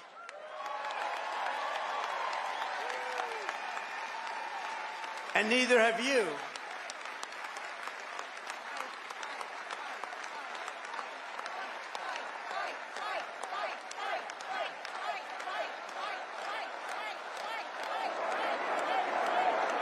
So together for the next 4 years, we are going to stand strong. We are going to work hard. We are going to fight, fight, fight, and win, win, win. Thank you to CPAC. Thank you, Matt. Thank you, Mercedes. Thank you very much. Thank you, everybody. God bless America. Thank you very much. God bless America. Thank you. Thank you. Thank you.